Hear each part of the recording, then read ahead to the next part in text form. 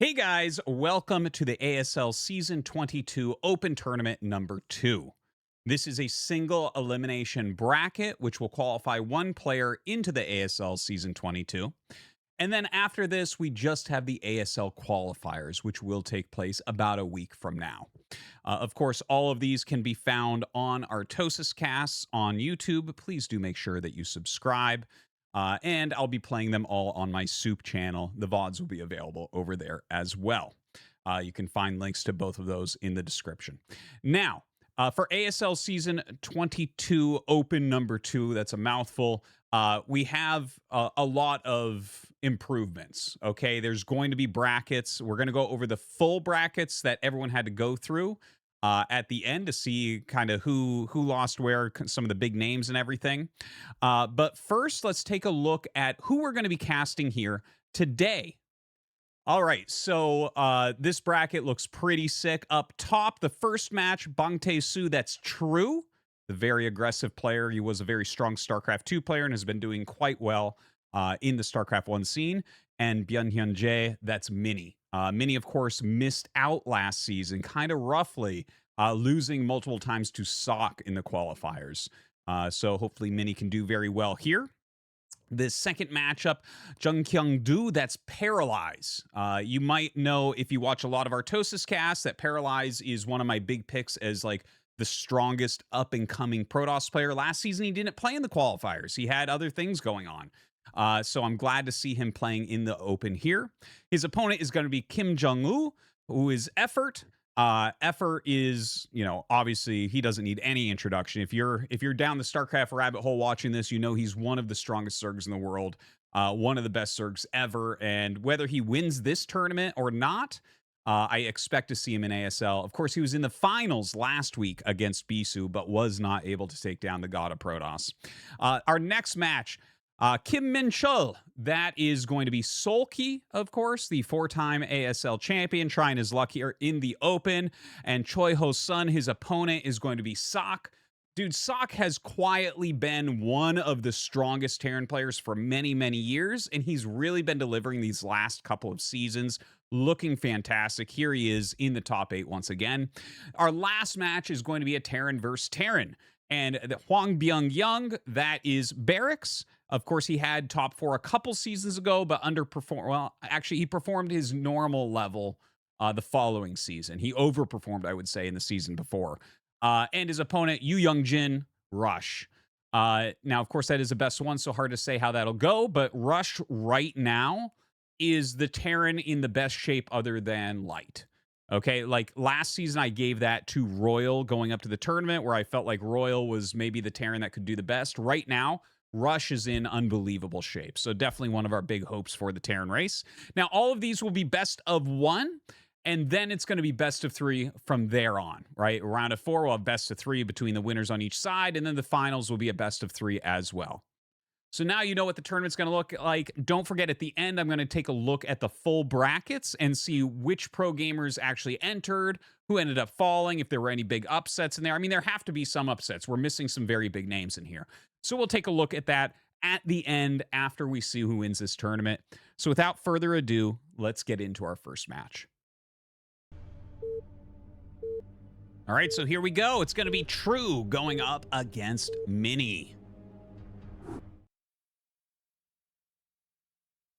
And here we have in the bottom left of Octagon, it is True. And in the top right, we have Minnie. So just a little side note, you might notice if you watch like a lot of StarCraft 1 that True always plays with the ID BTS. Those are his initials, Bang Tae-soo. It has become very popular and trendy for players to just type in their initials as their ID. But yeah, that would be... I think that if that degenerates all the way and everyone starts doing that, it is so hard to have the English-speaking audience really understand who is who. I think most people don't know all the Korean names. Like, you obviously, Jaedong and maybe a few more. But anyways, just a little side note there.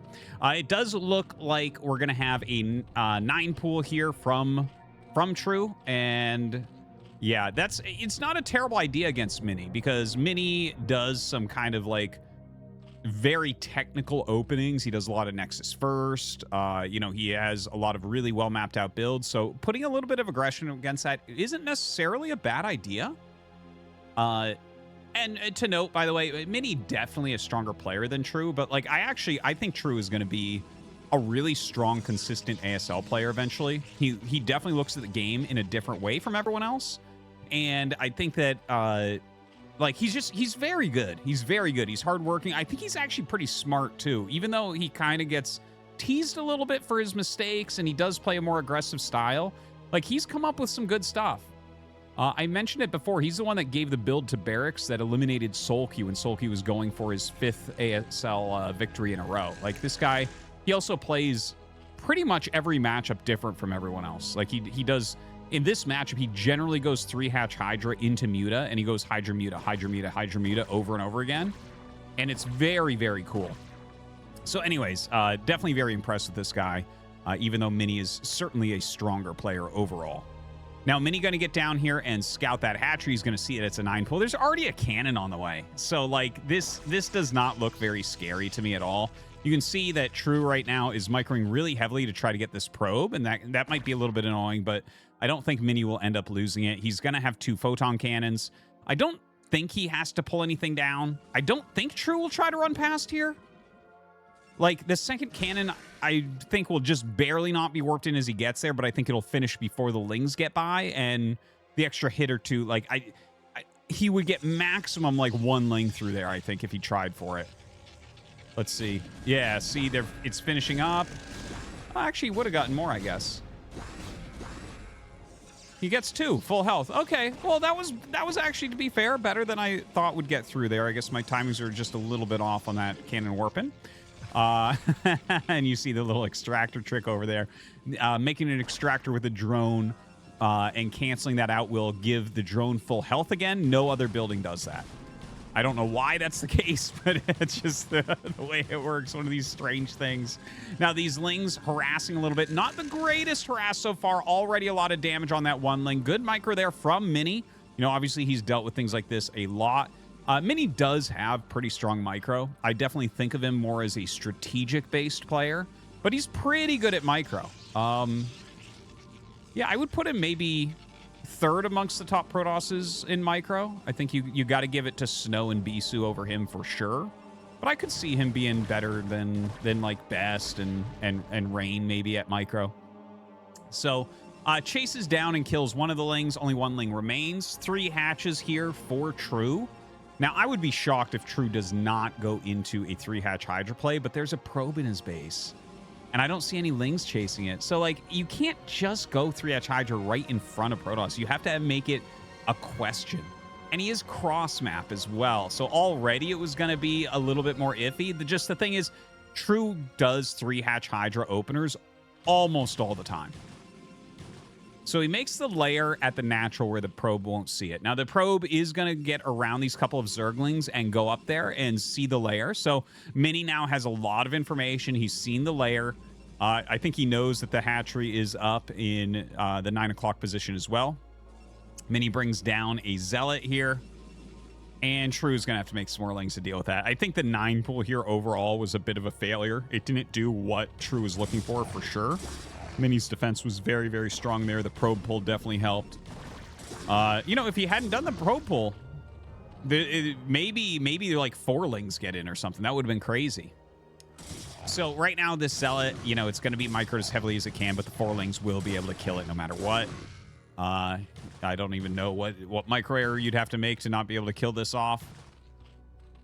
But you know what? It has good kills. Look at that. 4 kills on that Zealot, actually. Very, very nice. But that's going to end the scouting for the most part in the main base area. Now, I think he actually saw that Spire. So that's good, fine.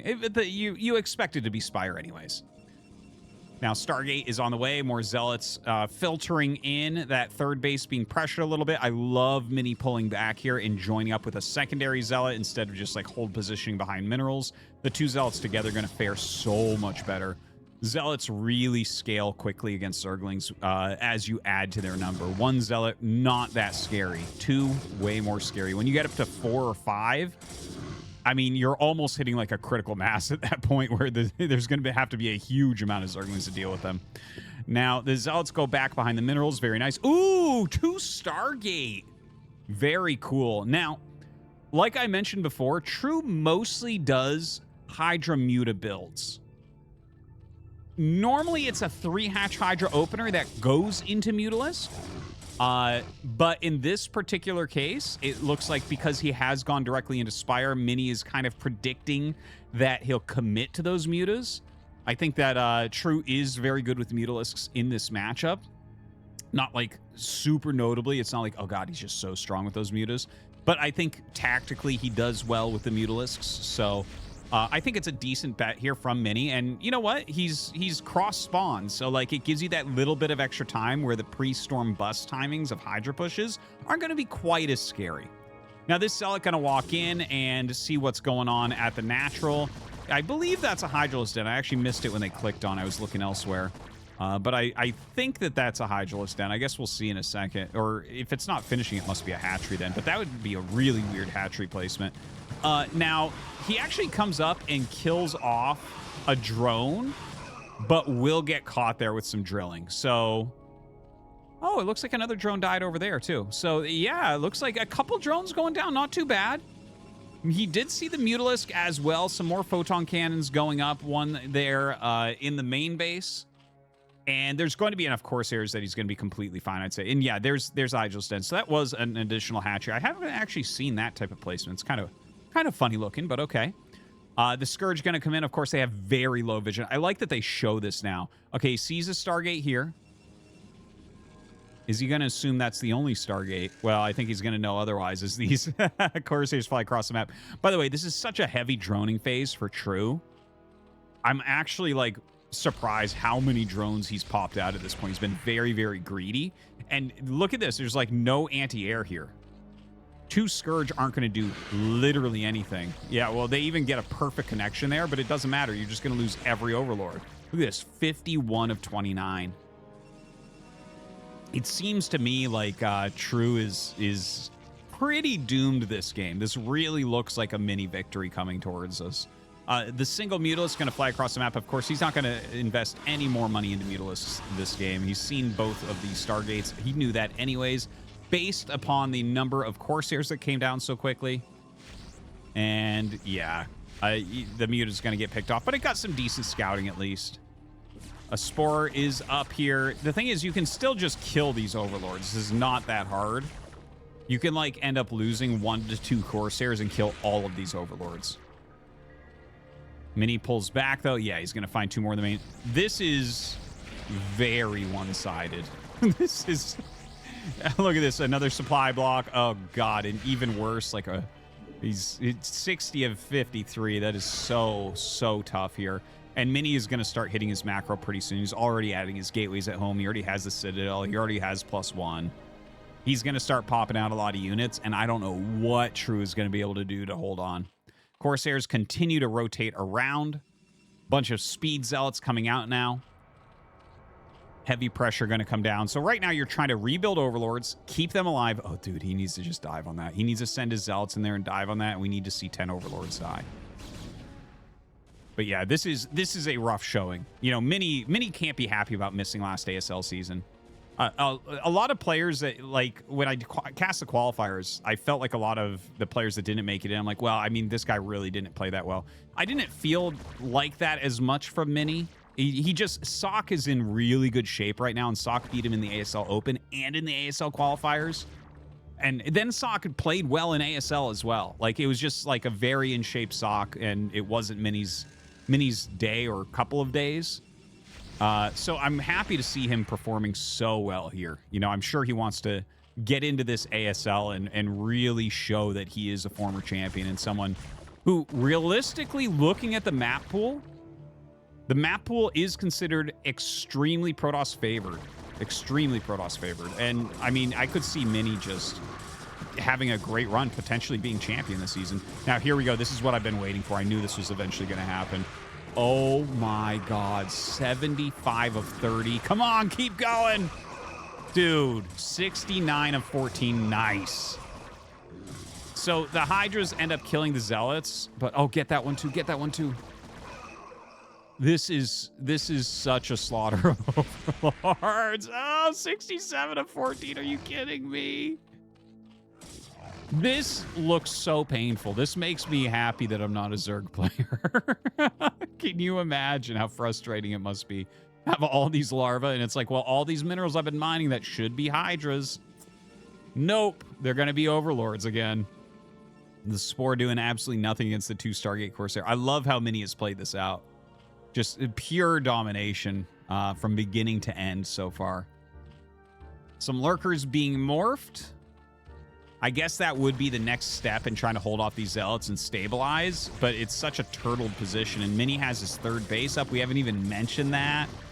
Like, there's so much pressure on this side of the map to watch. It's like I'm barely even looking at the mini map. Yeah, you see even more Overlords getting popped. The amount of Overlords that have died this game is truly absurd. Come on, Corsairs, come down here. Join up with those Zealots. The Lurkers are there. So I think True will stabilize for a little bit here with the Lurkers. All right, the Zealots just run by and go to the main base. Okay, he makes some eggs there, so that's good at least. A little bit of maybe a counterattack. Wow, that's a lot of High Templars in the front. You know, I guess if he goes up and he can somehow kill those High Templars without any retribution, maybe you can make something happen.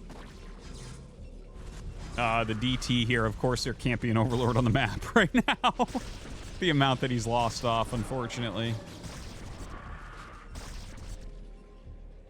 So a few more Lurkers going up. True being forced into some very awkward positions here, trying to make something happen. Corsairs continue to roam the map. Mini up about 30 supply right now. Just under. Corsair's going to go across the map and try to supply block him once again. I mean, this is a fairly large attack from True. Yeah, the amount of storms that there are, some more cannons coming, it doesn't seem like there's too much that can be done here. I don't know what the defense looks like at that 3rd base. We haven't really looked down there, but I'm not even sure that True knows about it.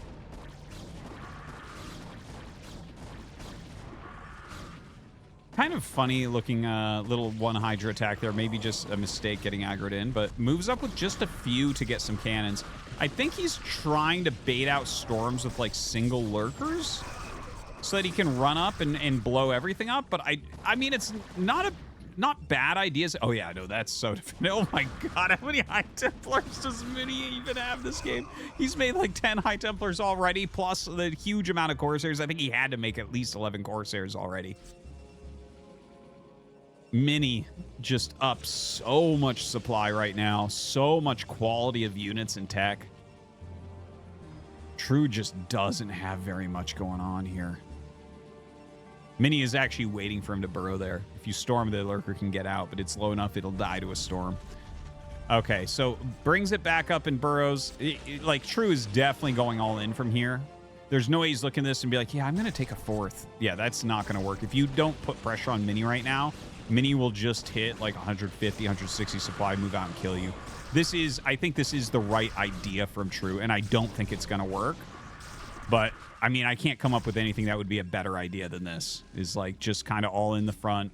Maybe he runs out of storms. Maybe the Lurkers get good, favorable shots against a clumped up army coming out, that type of thing. Great storm on the double Lurker there. Another nice storm, getting some Hydras and Lurkers really, really damaged. I mean, True doing surprisingly well. He's whittled this down a bit. There's only a couple cannons left. Like, getting the cannons would be pretty big. Like, you might be able to start doing things like picking off observers as they come out. We do have the Robo there. I haven't seen an observer yet, but I'm sure one must be on the way.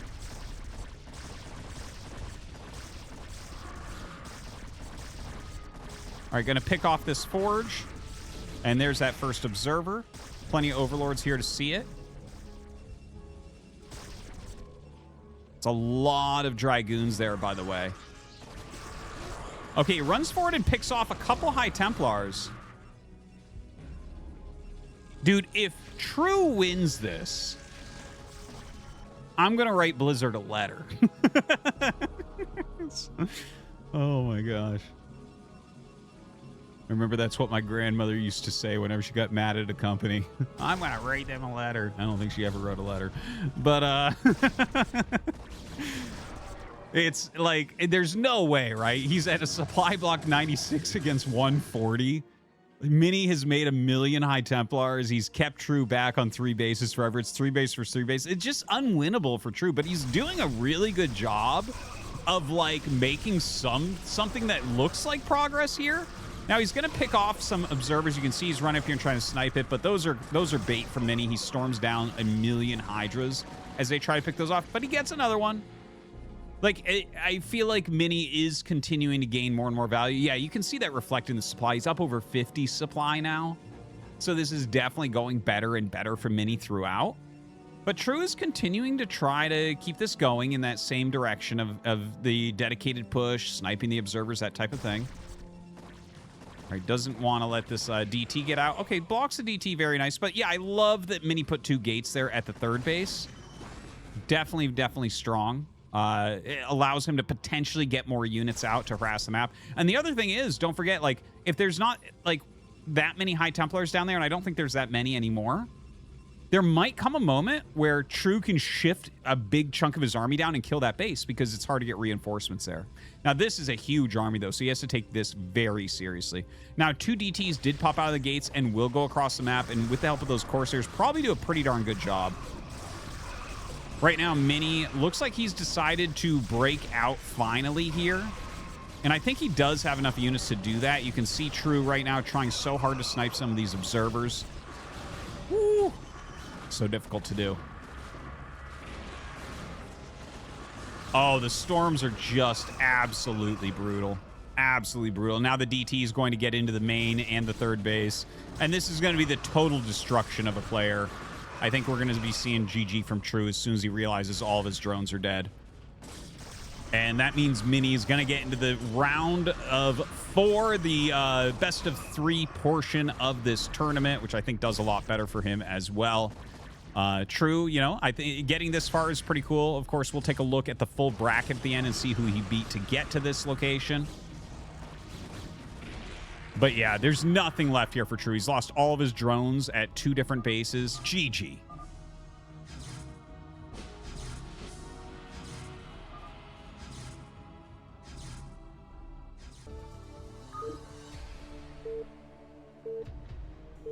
All right, we're getting into Paralyze against Effort. This is a sick match.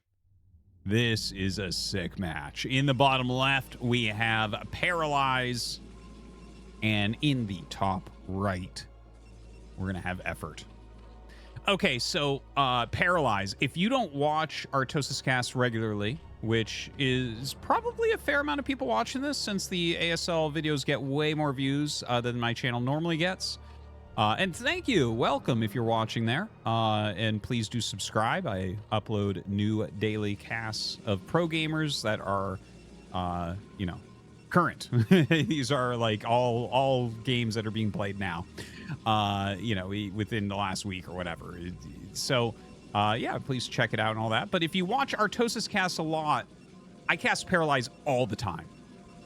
Paralyze is my pick for probably like the brightest future of a Protoss player. Now, he didn't play in ASL qualifiers last season. And another 9 pool. He didn't play in ASL qualifiers last season. And the reason was he was doing university work, which blows my mind. Like, I don't get it, but this is not something that's uncommon in the scene. That's how some of these lower guys, how they make all their money. But the thing is, like, to make money, to be a true professional gamer in StarCraft, you can't do it just by being good. You have to do other things, such as, well, teaching in the universities, the StarCraft University in Korea, and that's online stuff, guys, that these guys have made, is one of the ways that some of these players like Paralyze do it. But yeah, you got to eventually become more popular via your stream and all that to really make a decent living. And the thing is, I feel like Paralyze should not be missing ASL qualifiers. In my opinion, he is absolutely top 28 player in the world, right? ASL gets 28 players in it. I expect when Paralyzed tries, if he plays every qualifier, I expect him to get in almost every time. Anyone can miss it, right? Mini missed last season. It happens. People miss seasons. But this guy is like, I think it's really important for him to always be hitting it. I think he can become one of the very best Protoss players in the world. Yeah, and I'm excited to see what he's going to be able to do here against Effort, because Effort is godly, right? Like, he made it to the finals. The last one lost to Bisu. There's no shame in that. Bisu can take out anyone on their best day, you know, let alone if they are making some mistakes. But Paralyze, I think, is maybe the best defensive Protoss for this matchup. Like, Paralyze's defense, I haven't seen him broken by Zerglings or a 3-hatch Hydra, like, at all. And I have casted so many Paralyze games. The guy is a magician at holding everything. And he plays a pretty modern style, too. So, yeah, I feel like that makes this a really good matchup. Even though Effort is definitely a stronger player, I think stylistically, Paralyze pairs up very well against Effort, which makes it a great match, right? If the better player pairs up stylistically poorly with their opponent, that gives you an awesome match. Because otherwise, it's like, oh no, and this guy's weak to aggression, and this is the better player who's also aggressive. Okay, well, obviously the aggressive player is going to win, but this is the opposite of that here. So we'll see how it goes down. The third hatch is morphing. We have the layer starting. Paralyze has blocked the 9 pool completely. Like, you can even see the difference between the last game, where it was a 9 pool in, you know, same cross spawn positions on the same map, and Mini let Lings by. Paralyzed did not. That's a difference, right? Like, that's real. We literally see it 2 games right in a row. The same openers by Zerg, the same openers by Protoss, but Paralyzed just nails it down and takes no damage. No Lings get in. He's not running probes around. He's not losing any mining time. Okay, so the probe is still alive. He's doing a good job rotating that thing around. You need to try to make sure that you have as much advanced information as possible on potential Hydra rushes. Effort catches the probe with the Lings, which is really nice. And there's already a Zealot that was walking forward, and it looks like he's going to turn it around. I think he was trying to utilize the... and look where he's hiding. That's kind of interesting, because the Overlord saw it move out. So right now you see Effort's Lings moving around looking for it. Now, what Paralyze wanted to do was keep the probe alive and run the Zealot out so there's multiple targets and hard to stop both of them at the same time. But because the probe got stopped, he pulls back the Zealot. See, these are really high-level moves that you're seeing here from Paralyze, and like the way that he hid the Zealot and then he just brought it back, and you can see these Lings spreading out. He's not sure where the Zealot is. He lost track of the Zealot when it walked under the Overlord for long enough. It could be in any corner of the map. So right now, Effort is scouring the map looking for it. He doesn't want a Zealot to just show up when his Lings are in the wrong spot and start killing drones. So like, he is looking sorry. Look at his Ling movement at 12 o'clock. He's checking everywhere. But this was like perfectly done where it was hidden. Now, a Zealot did walk back under the Overlord, but I think Effort was not entirely sure. Did another thing come out when he was looking elsewhere? Like, you know, this is fun to watch already. This is already a fun game. Okay, so it looks like Effort going to start getting down some more of his macro hatches. Probably just go up directly to those 6 hatches. Some Scourge will be hatched first, of course. There's the Hydralisk Den coming down. We don't know if Effort is going to go into Mutalisks or not. He does already have a second gas started at his natural, but the gas timings, there was a time where you could look at the second gas timing and make a very strong, educated guess whether or not Zerg was going to go Mutalisks. That left a long time ago. Like, that, it doesn't mean anything anymore. We see Zergs go Mutas off of 1 gas.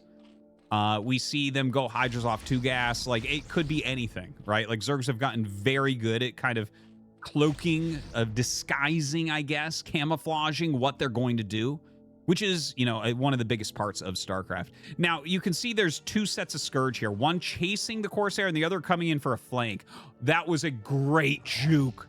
That was a great juke on that Corsair. Oh! crazy movement here by both players. And he does end up getting it. I'm not surprised that he ended up losing that Corsair. Effort is like one of the greatest micro-based players ever in StarCraft 1. And yeah, he was able to just get right on top of that Corsair and kill it off. Now, this was a great scout. He sees that it's a very quick Templar archive, so probably should be expecting a Dark Templar coming out. He's going to have to make sure that he has Overlords in the correct position so that a DT can't get in and do any damage. Of course, just because you have the quick Templar archives doesn't mean that you have to make a DT, but it's like you'll almost always see one. In fact, I'll bet you there's one coming right now that just popped out of that gate at the natural. These Corsairs, yeah, not quite enough. He's going to have to turn them around. He doesn't want to lose them to these Scourge. He's still at the lower number where it's going to be a little bit difficult to make them kill the Scourge off. And the Zealots running in see the Mutas. Splits one off. Yeah, see, he just lost two. So that was a huge mistake from Paralyzed. You could see the look on his face here. He is very unhappy with that. He has now lost 3 Corsairs in this game. This is the type of game that I look at this and I wonder if anyone in the world could beat Effort from here. And there's that DT. The DT not even be able to go out and do anything.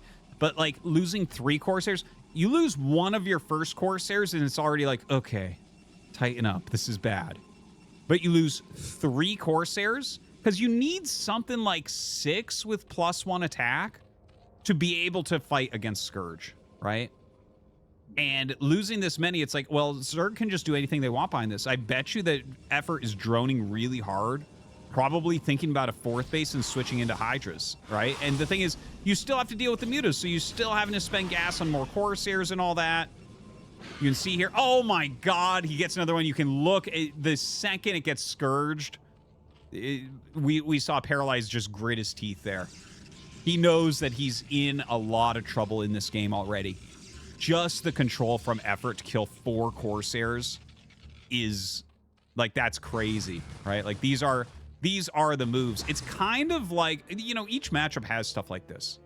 Like, oh, you kill some Corsairs early on in ZVP when you're going Mutas. Or, oh, in Protoss vs. Terran, you're killing some siege tanks early on. Right? Like, there's these key units that if you're losing them early, it's like, oh, actually, you kind of need these as the backbone to be able to do everything else. I'm trying to think of a unit for Zerg that's like that, but it doesn't exist. Sorry. But yeah, for Protoss and Terran, it's definitely very important. You get some early on units that are really critical for your defense, and you're not allowed to lose them. You're not allowed to lose them, and the greatest Zerg players are going to really punish you in situations like this. All right, so right now, there's a lot of units being made. I don't know exactly what the drone count is, but you can see right now that the supply is about even. That's kind of rare. We haven't had Paralyze add all of his gates yet, I don't believe. I don't think we're quite on 8 or 9 gates at the moment. So his supply should pull ahead of Effort's a bit. But Effort is macroing like really beast mode right now.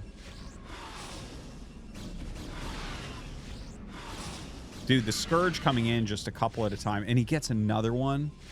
Oh my god. This is just relentless. And here's the thing, there's a lot of oh god, he gets a High Templar. Dude, is he gonna get another? I saw a misclick there. I think he actually targeted the cannon one time. All right, so that right there, that was some solid defense and good flying from Paralyze. But the amount of Corsairs that have been killed off, the absolute control of this game that Effort has right now. Look at the amount of Hydras. Oh my god. It's 117 supply each right now. Dude, this is super, super one-sided. I am loving the ASL Open, by the way.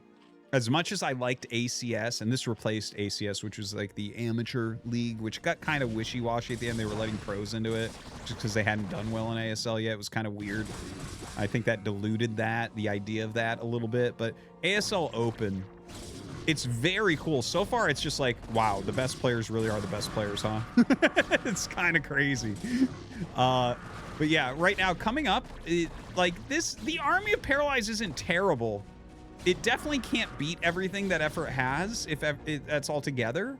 I like the roaming though. This is a really good idea here from Paralyze. Roams about, picks off some units, pulls back, reinforces. He is getting a third base. It's a mineral only, so not as useful. Okay, so he does actually have 8 gates right now. Kind of a funny looking gateway formation. On the minimap, it doesn't look like the standard that you'll see, where it's like this big rectangle that sits together. But yeah, that'll still all fit on one screen, which is the most important thing. It's rare that you get too many more gates than that in this matchup. In this game, certainly, I don't expect to get to any situation where there's 15 gates or something like that. The game looks very rough right now for Paralyzed still. You can see those supplies staying neck and neck. Something you never want to see. You know, Zerg just plays a bit different than Terran and Protoss. If they're ever equal on supply, they're way ahead generally. It's very rare circumstances where that's not the case. There's some strange, like, all-ins and stuff that sometimes get you up to similar supplies, especially in Zerg versus Terran, but it doesn't mean that you're necessarily winning those. But in games like this, absolutely, it's brutal. Now, Paralyze is trying to break up the hill on the Lurker defense. I don't think that this is the greatest move, but if he pulls back, yeah, okay, as long as you're not fully committing, what you want to do is let your Zealots die. They're going to tank damage, but basically... Oh, God. Who loses the 2 High Templars? Okay, well, this is getting worse. But what you want to do is be poking with your Dragoons, get them to kind of commit forward, let the Zealots tank the damage and storm the Hydras and Lurkers. If you do all that and you keep your... Basically, if you keep as many High Templars and Dragoons alive as possible and just pull back, reinforce, hit again, and you're just kind of like fishing out units and grinding Zerg down, that's a really fantastic way to do it. Now, unfortunately, losing all those High Templars, plus losing High Templars earlier, plus losing all these Corsairs, we're in a very rough position for Paralyze here. If he had 4 or 5 High Templars still, like walking around with his army, I'm like, okay, this is a game. This is good. But as of right now, it's a tough spot to be in. Oh no! If he picks off this High Templar, oh no, oh no. Dude, he's so low on gas. Oh, it's so painful. Well, hopefully as this third base comes up, Paralyze can secure the gas long enough to get some more High Templars out. But the thing is, if the game slows down at all, I would imagine that... Oh, I was going to say, I would imagine we'd see Hive. But Effort is 2 steps ahead of me, as to be expected. Already has his Hive up, so, you know, that's going to make it a lot harder. I imagine he's going to get into Cracklings as well as Defiler tech from there. Not sure exactly what his upgrades are, but he can continue. Yeah, look at that. He's already got +2, so he might even be getting +3 ranged, which is kind of rare. We don't even have a Carapace upgrade yet, which is silly. You probably do want 3 Evos by now anyways. You definitely want to get melee attacks as you approach Hive so that your Adrenal upgrade Zerglings can just destroy everything. These Hydras being over-microed a little bit here. Paralyzed not really paying nearly as much attention. Paralyzed does have like a little bit more supply, and he's still roaming the center. Like, I feel like even though Paralyzed has been pretty far behind this game from losing those Corsairs and, you know, the snowballing that has occurred, if you watch the way he moves his army around, you can tell that this guy is really, really strong. Like, see his army in the center, the way that it's kind of moving back and forth, zone up, zone down. He's keeping Zerg off of him, threatening attacks, and trying to do some of this storm grinding, which is so important. I don't know if it's going to end up working or not. Like, see, he attacks in, Effort comes out to fight, storm a little bit, and he's going to want to pull back before he really fully commits. Unless he thinks literally nothing's going to be there and he can just pick off a few Lurkers for free. But yeah, see, notice how he pulls back. And now we're going to see another group of units come and join up with this, most likely. More gates are being added. 2-pronged attack. But yeah, a couple Lurkers there are going to stop those Zealots from doing much else. Defiler Mound is up. double evolution chamber for those upgrades. There's the carapace. I bet you +1 melee is going to finish. I don't think he went for +3 range. That's like a pretty rare upgrade. But like, yeah, +1 melee would be very, very good here. And look, he's reinforcing these units, bringing his army together once again. Oh, losing 2 more High Templars there. That storm whiffing a little bit. Another pressure up to 12 o'clock. It's interesting that the pressures he's putting up to 12 o'clock, because they aren't doing anything, but they're kind of keeping, they're like kind of making effort keep some army up there. So it doesn't feel like they're completely worthless little pokes and prods. But they also aren't really doing anything else other than keeping some of effort's attention and defenses up at 12. Now you can see effort here is getting close to max. Obviously paralyzes as well, and he is taking a 5th base. Look at his army movement, dude. Like, seriously. Like, effort's trying to move around the map a little bit, and he's intercepting. He's keeping effort in effort's quadrant. If he gets his full quadrant, and he keeps effort off of the other 2 corners, and his storms start to build, like his High Templar count, his stormy boys start to build up, like, he actually gets back into this game. Now, the Defiler is going to make this a lot harder, right? Plague is unbelievably strong. Like, obviously, Dark Swarm is really, really good. The Dragoons become very close to useless. They don't hit anything under Dark Storm, 0 damage. Obviously, you can still walk them around and do things with them, so it's not like you don't want to have any of them or something like that. You definitely still need some Dragoons, but you know, the plague grinding is where Zerg starts to get really, really scary. Now, look at this. He actually moves forward. He has a lot of zealots here trying to break through this area. Did effort overcommit into this area of the map? He's losing a lot of lurkers here. That's a lot of expensive units going down. Now, effort has a big economy, so he can remake them and everything, but you know, Paralyze is doing a phenomenal job. Now, effort's trying to expand to the top left. If Paralyze can send just a small group of zealots up there and cancel that out, that's huge. If he sends his whole army, I feel like that's where effort might be able to get some counter damage in. I'm actually starting to get chills right now watching how well Paralyze plays. Now, see, this is exactly what I was talking about. He needs to send only a few zealots. The zoning back and forth he's been doing all game prevented moves like what we see from effort. If you look at the mini-map, you can see how effort is suddenly like, yep, I pop out on the map. Oh, did you get out of position for a second? You're not zoning everything? Well, now I have army all over the place. And now he's expanding to both corners. So the zoning lets up for literally like 10 seconds. And effort's out there on top of things. Now, he zones back through, like, he comes down and kills off a chunk of that army, but there is a hatchery being made bottom right. It looks like he should be able to cancel that. Now, effort is bringing a lot of defense up to this area to stop any attacks to top left. This is a really important moment. Effort needs that top left base. We've gotten into this funny position where Paralyze has played so damn well, he's really back in the game. Okay, this bottom right is going to get knocked out. But this is like a pretty common Zerg thing. Is it points like this in the game, you expand in 2 different locations that are far away, and you expect one to die and you expect to get one. And that's basically what's happening. His top left hatchery just finished. I think we'll probably see some Niduses go up. Oh, the drone's getting... the drone's just getting directly transferred there. So if there was a question whether or not there was a base up there, there's not anymore. Ling's getting in and trying to snipe some of these High Templars, rather.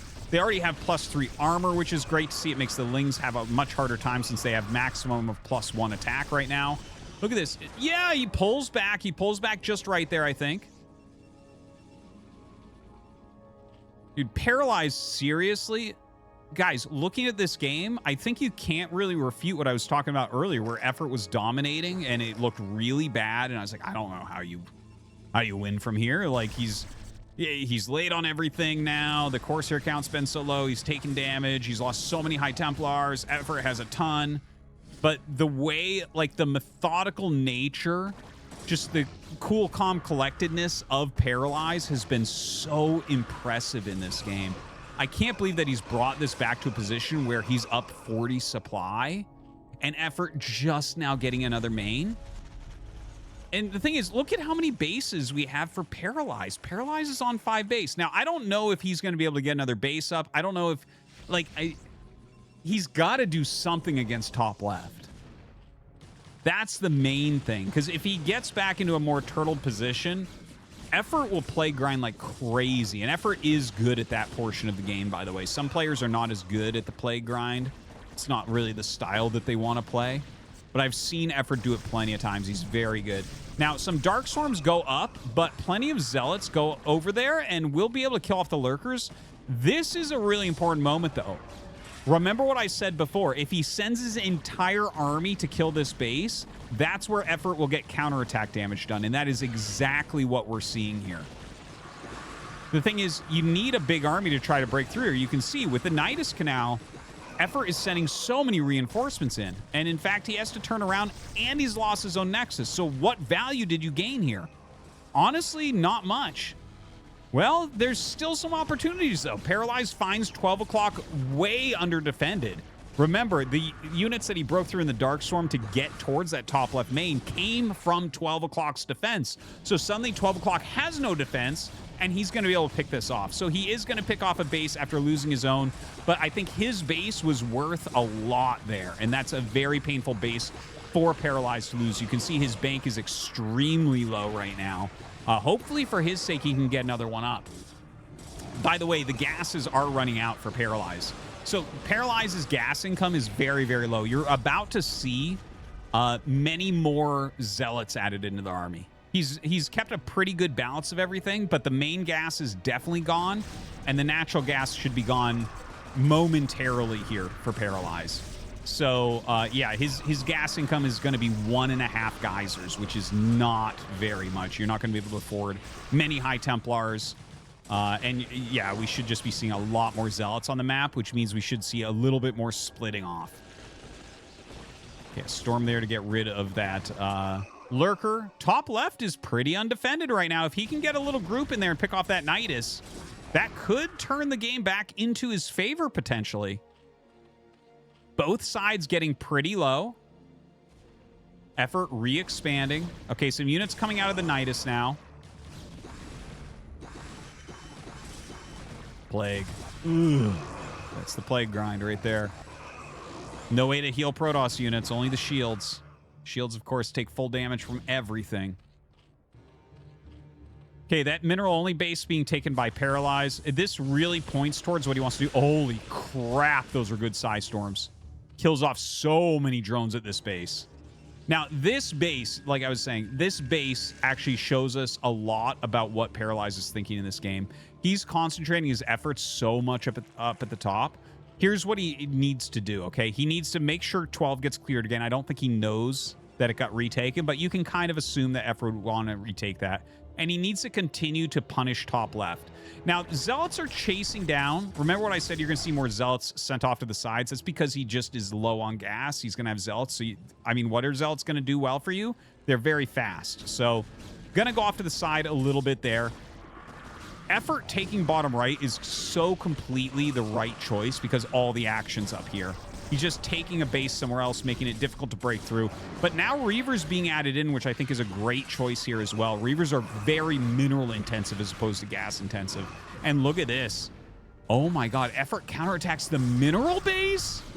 Well, the Reaver's going to come out and get a few good hits, but it will get picked off here, unfortunately.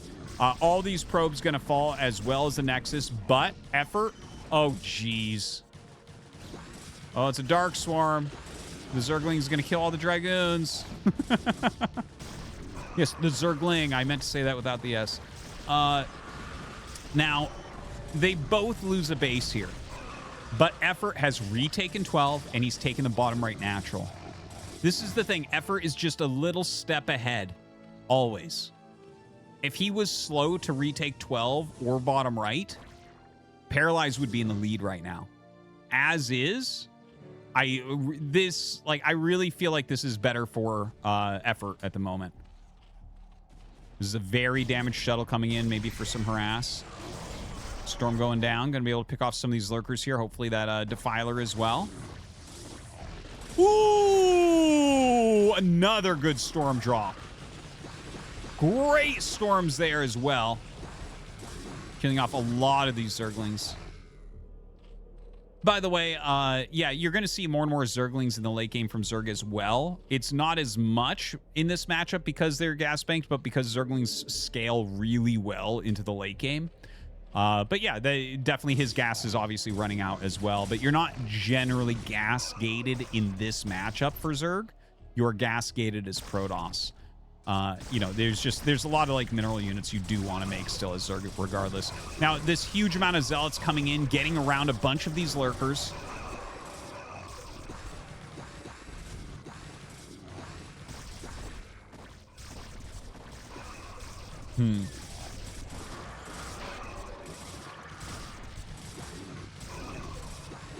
So, GG is called and effort advances.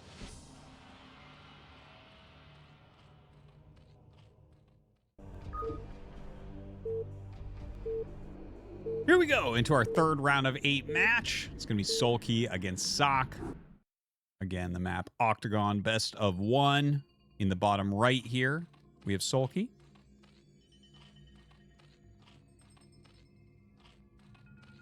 Four-time ASL champ. Sitting low in his chair. These cameras. And bottom left, we have Sock. David versus Goliath for real. Oh my gosh. So funny. Okay. Yeah. Yeah. Someone, I mean, it's not that hard to fix how big these cameras are coming in on your stream. I don't. Oh, this is funny to me. Anyways, yeah, here we go, guys. Sulky versus Sock. Sock should not be underestimated right now. He is a very technical player in this matchup, which the current meta kind of suits him. Technical builds have been stronger, although just in the last about 2 weeks, I've seen a lot of Terrans going back to quick +1 builds. Zergs have gotten really, really good at dismantling in multiple ways. Some of the like Vulture openers, the Valkyrie openers, the mech openers were actually kind of solved even more about a month ago. So like I've seen a lot of rotating back just in the last 2 weeks to bioplay. Sock is in general not that good with bioplay. I imagine what we're going to see here is wall, command center, and a very fast gas to go into factory, and I'm not sure where from there. But yeah, he's like a player that, like, even if he goes bio, it'll probably be something like a tank push if he can do it. Like, I don't think he would ever risk playing like a straight Marine Medic Science Vessel build against Sulky. A timing push of some sort, sure. But I don't think he has the skill to do just straight Marine Medic Science Vessel against Sulky. Well, I don't think anyone really does, honestly. It's like even Light can't seem to beat Sulky with that, and he's the best. So yeah, we'll see what Sock is going to be up to. And Sulky, I hope, going to show some good form this season. Would love to see him go up and get a 5th championship. Maybe that'll entice Flash to come back. Who knows? For those of you who have been asking, Flash is... he is currently not participating. We did do the wildcard spot, which you can easily find on ArtosisCasts as well. I made a playlist for, you know, ASL season 22. So yeah, you can check that out. Everything will be on there. And yeah, taking a look at these builds, everything looking pretty normal as expected. Sock gets a very fast gas there, but we'll see if he gets an engineering bay. If an engineering bay starts within the next 5 seconds or so, then it's a quick +1, and otherwise it's going to be a quick factory. Yeah, so it is going to be a quick factory, but I mean, this was super expected. This is a pretty trendy way to play anyways. In fact, I believe last season Sock was showing us some cool like builds exactly like this. Didn't he play a game just like this on Match Point? But he went... Oh wait, I think that was on ArtosisCasts, not on the ASL Open. But maybe I saw it in both locations. Sometimes hard to remember with all the games that I see, but like a factory plus academy build he did, which was very cool.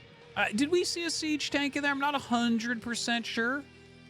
I love the third base coming up at this time, by the way. Okay, yeah, he does have a couple medics now, which is really, really important. A few mines are still around on the map, and these mines are actually deceptively important. These mines do show him areas where lurkers are not. Right? That's actually a really important thing when you do a push like this, because Sulky could have lurkers out on the map.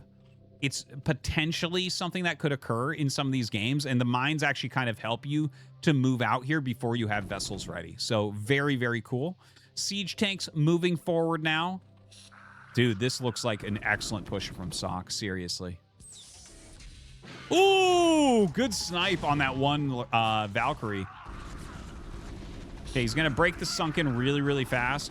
This is completely breakable. This should, like, I think Sock might just be about to win this game. Get a volley on those lurkers and go. Go, go, go, go, go.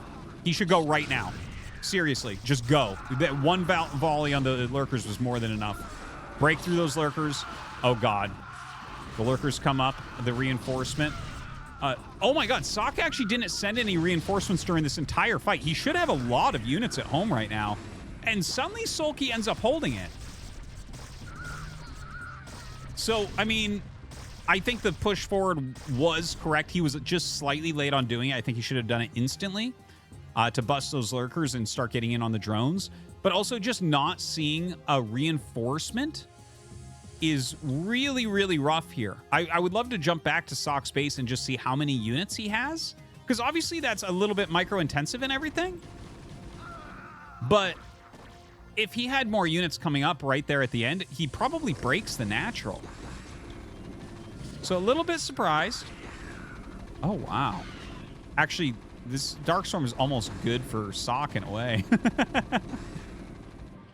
That Hydra not dealing any damage. Okay, he's going to run back through it over here.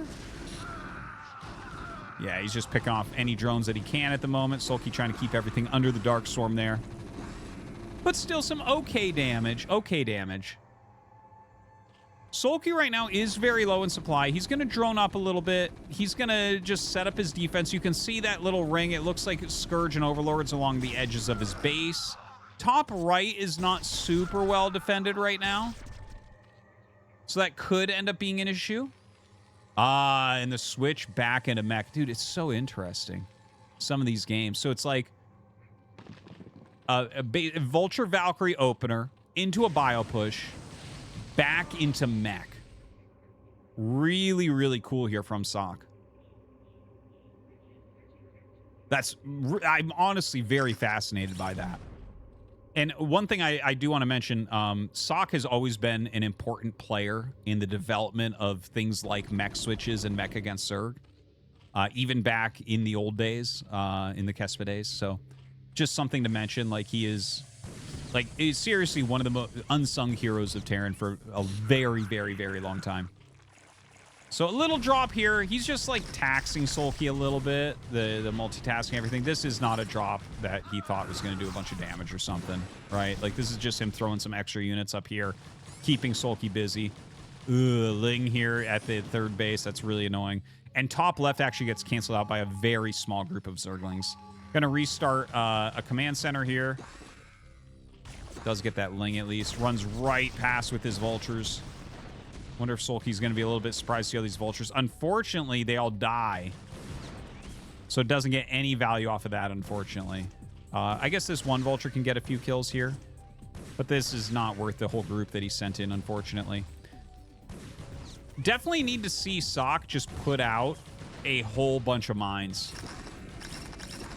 Oh, I kind of like him leaving this little group here. That was kind of a good idea, to just slow down that base a bit, make Sulky put in some additional effort there. All right, starting to lay quite a few mines. And I will tell you what, like, Sock games lately, there's a clarity to his approach that I think a lot of top Terran pros are missing right now. I'm, like, watching Sock play, and... it's so easy to tell what his plan is as you watch him unfold it. Like, for instance, look where he put his initial buildings. right? So he kind of put them on that same area. One of the hardest things about a mech switch, I'm not even joking, is finding where to put the factories. It's incredibly hard to add enough factories in a decent location, but he left that huge open area in his main base, and he's able to add that so easily. And there was a bridge, by the way, in between the mech switch and the additional opening of those Marines and Medics and Siege Tank, where he really put Sulky on the back foot. This is a really impressive game. And he skipped the vessels and everything. Like, I thought for sure he was going to go into Vessel, maybe stay on Bio. I wasn't sure about that. But if you look at the whole, like, you take the, what is it, the 10-story view or whatever that is. Like, look at this. He's even got Vessels now. Hey, Sock's overall game plan has fit so well together here. And it's not that he's going to win from it or anything. Like, I don't know if he's going to end up winning this game. I'd assume Sulky probably will end up coming back. He's already on 4 bases. I know the map looks really good for Sock. He's got mines everywhere. But the thing is, he's not doing any damage. He's not keeping any pressure on. And generally, that results in a Zerg victory. But, like, it is important to note just how well Sock is playing. Like, Sock is, like, he has put out such a cool variation on this. I'm just completely enamored by it. And I feel like almost every time I watch Sock play nowadays, I'm like, I need to watch more of this guy. Like, he is, yeah, this is super cool. Okay, Siege Tank's coming up. They're going to get into position. Now, unfortunately, there's Defilers here, so unless he can target those down, yeah, you probably should be able to get rid of this. Like, ooh, the Mutas actually get caught by this group of Goliaths. I do like that he has a good amount of Goliaths in here, by the way.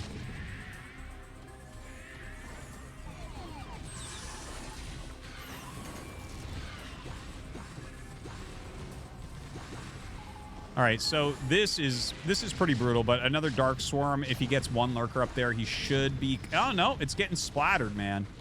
Good targeting there by Sock as well. Okay, one Lurker does get down, and some of the Siege Tanks are being picked off at this point. Sock, by the way, has gone up to 5 bases during all this. He's taken that mineral-only base. He's taken top left. He's still got mines all over the place. His floating buildings are providing him some pretty good vision. I love the Vulture Rally. It doesn't end up working, but the idea of then running those Vultures through is actually brilliant. So oftentimes they stop you with Darkstorm here, and there's only like a couple Lurkers. That was a great idea, and it didn't work, but a great idea in general. I feel like that's a move that would work a lot of games. A lot of games that look similar to this. I think those Vultures probably run in, maybe kill a Defiler, maybe get a few drones. But Sulky's defense, of course, the best in the world. The best in the world. There is not a better defensive Zerg player than Sulky. Okay, so we do see that Ultralisk Cavern up there. Ultralisk has been trending for about a year as a potential weapon against mech, as a finisher.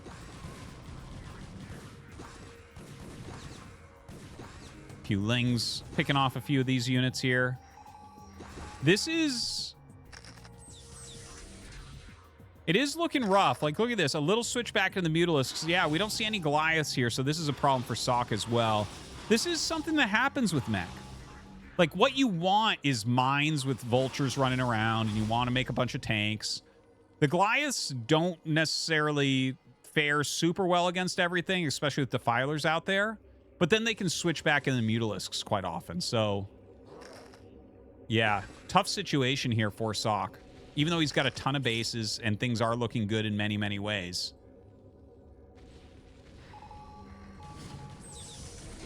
Darkstorm gets down on top of some of these Siege Tanks. Some good mines come out. Oh, wow, that was actually an insane mine there. Oh! But all the tanks are starting to die here as well. Picking off the Defiler will be very helpful. But he needs to lay some mines behind that as well. The supplies are pretty close to even right now. I don't know how you end up winning this as Sock at the moment. Here's the problem, okay? Sulky kind of has him back on his back foot. Sock isn't pressuring anywhere. Sulky should have drops as the next part of this game, right? Like, he's pushed up a couple times. He's cleared out some areas near him. He's got his 4 bases up, a 5th base on the way. I think if you add in drops at this point and you just start doing some small drops and then, like, clear the middle of mines, The game starts to get out of control for Terran. Okay, well, there you have it. There's the drop getting ready. This is very, very well done. This is why you have to keep just 100% consistent pressure upon Zerg. Like, as soon as you let up, they're going to just go into these other tools to kind of dismantle you. So this drop is going to be a huge problem. There's no defense in Sock's main. We didn't even need to show it. It's obvious with the way this game has gone that he hasn't built any defenses in here. And he gets this big drop-off. So this is going to be a lot of supply depots probably going down. It's not that Sock can't necessarily clean this. Like, he's got enough supply. He can clean this, but he's going to lose so many depots. He's going to have to spend a ton of time remaking this. Then it's like, well, do you set up drop defense? Do you counterattack? If you counterattack, they're just going to drop you again. And he is counterattacking up here, but this is the type of game where the counterattack gets cleared out by mutas really easily.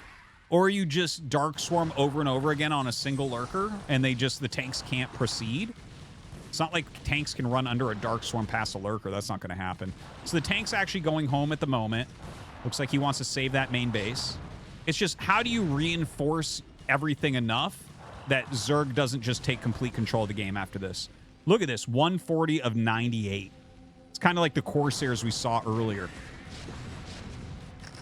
Absolute nutso game here.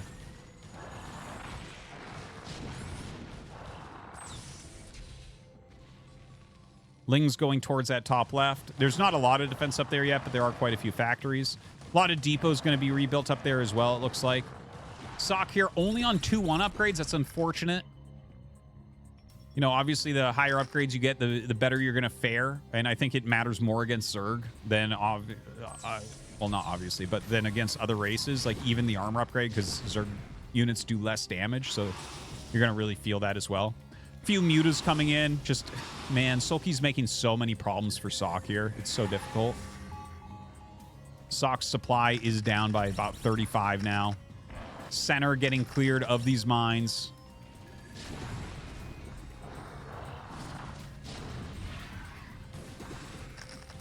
Yeah, we're very close to the end of this game, I think. Sock's running out of money. Even though he has a bunch of mining bases, it's like he's had to rebuild so many depots. A lot of these bases having to stop mining at this point as well. I love this game from Sock, though. Like, he is really looking fantastic. Sulky obviously kept his cool. GG. Sulky advances to the next round.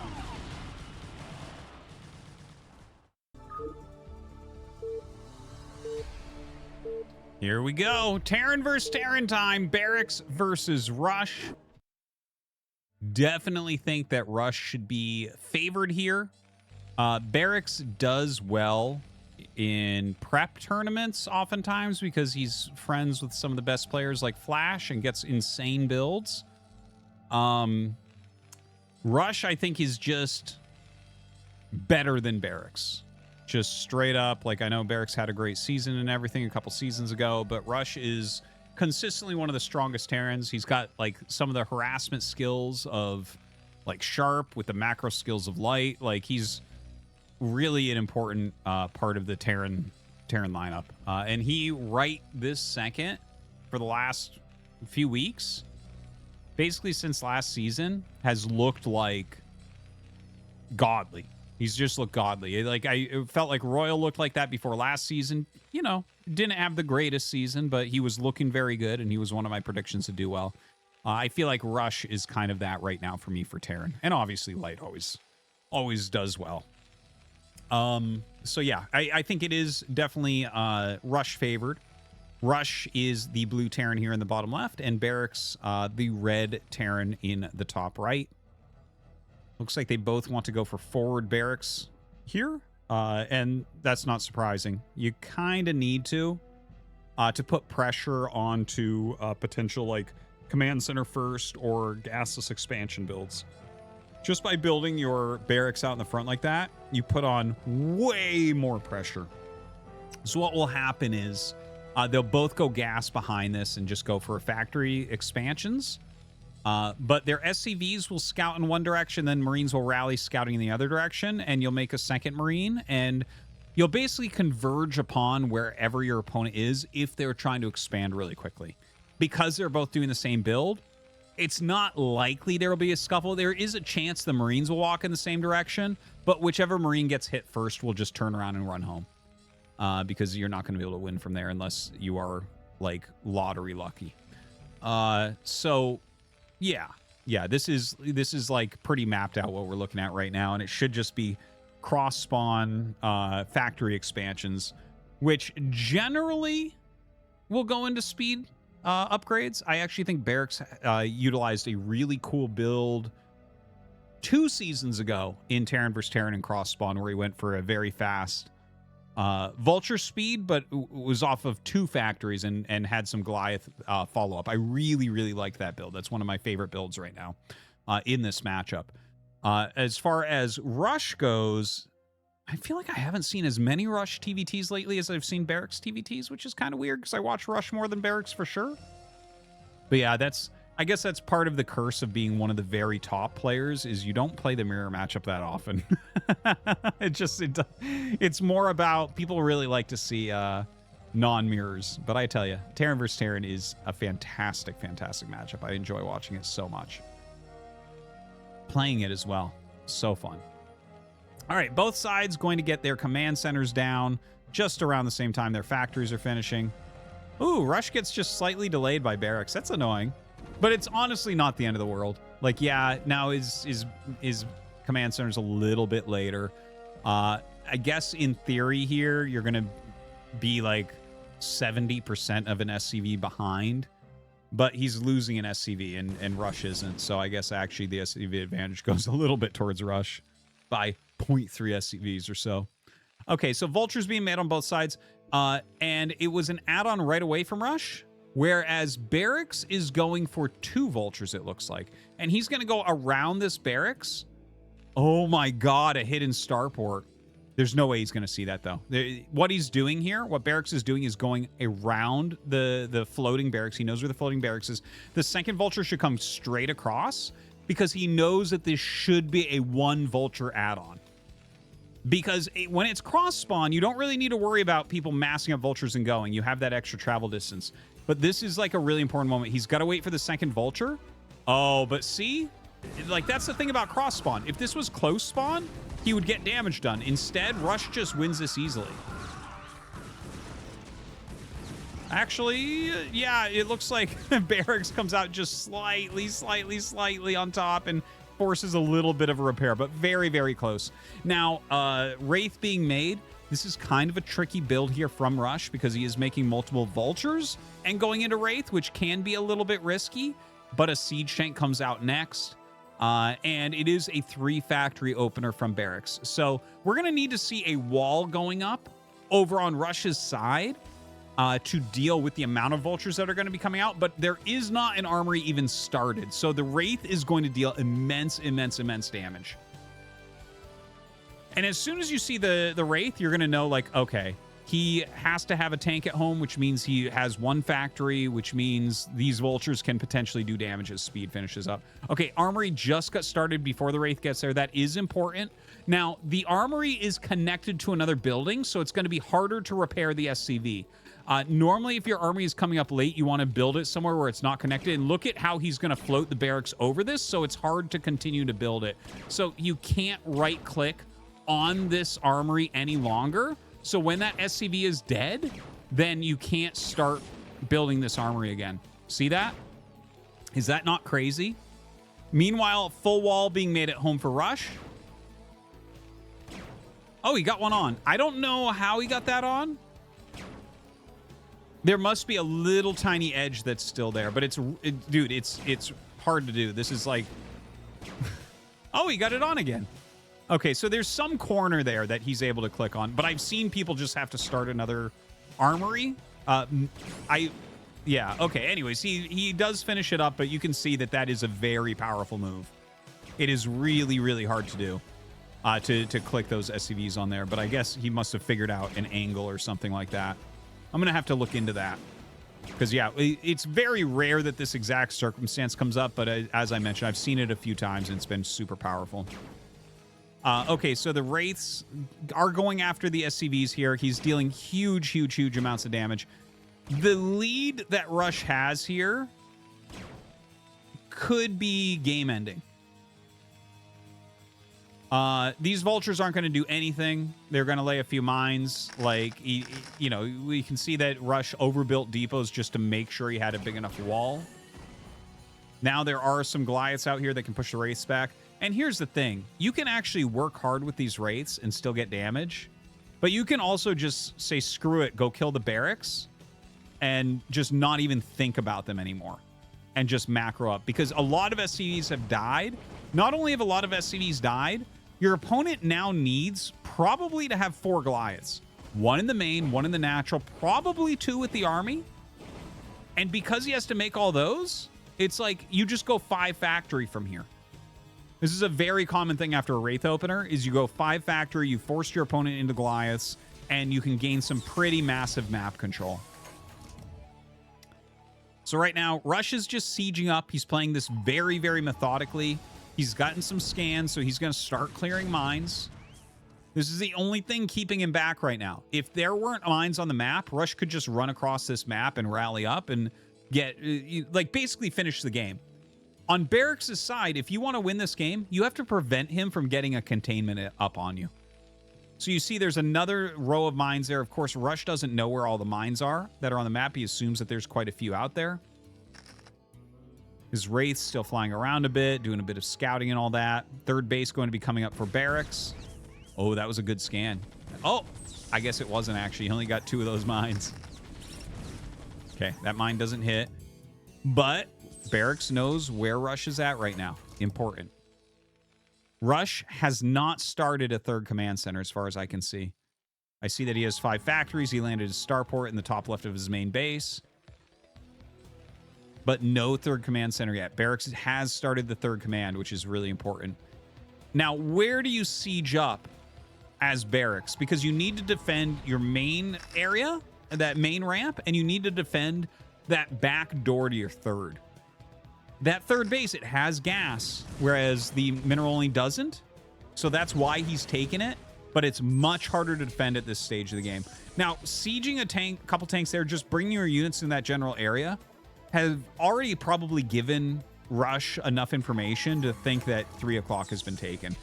Now, I'm hearing scans, but we don't see where those are going down.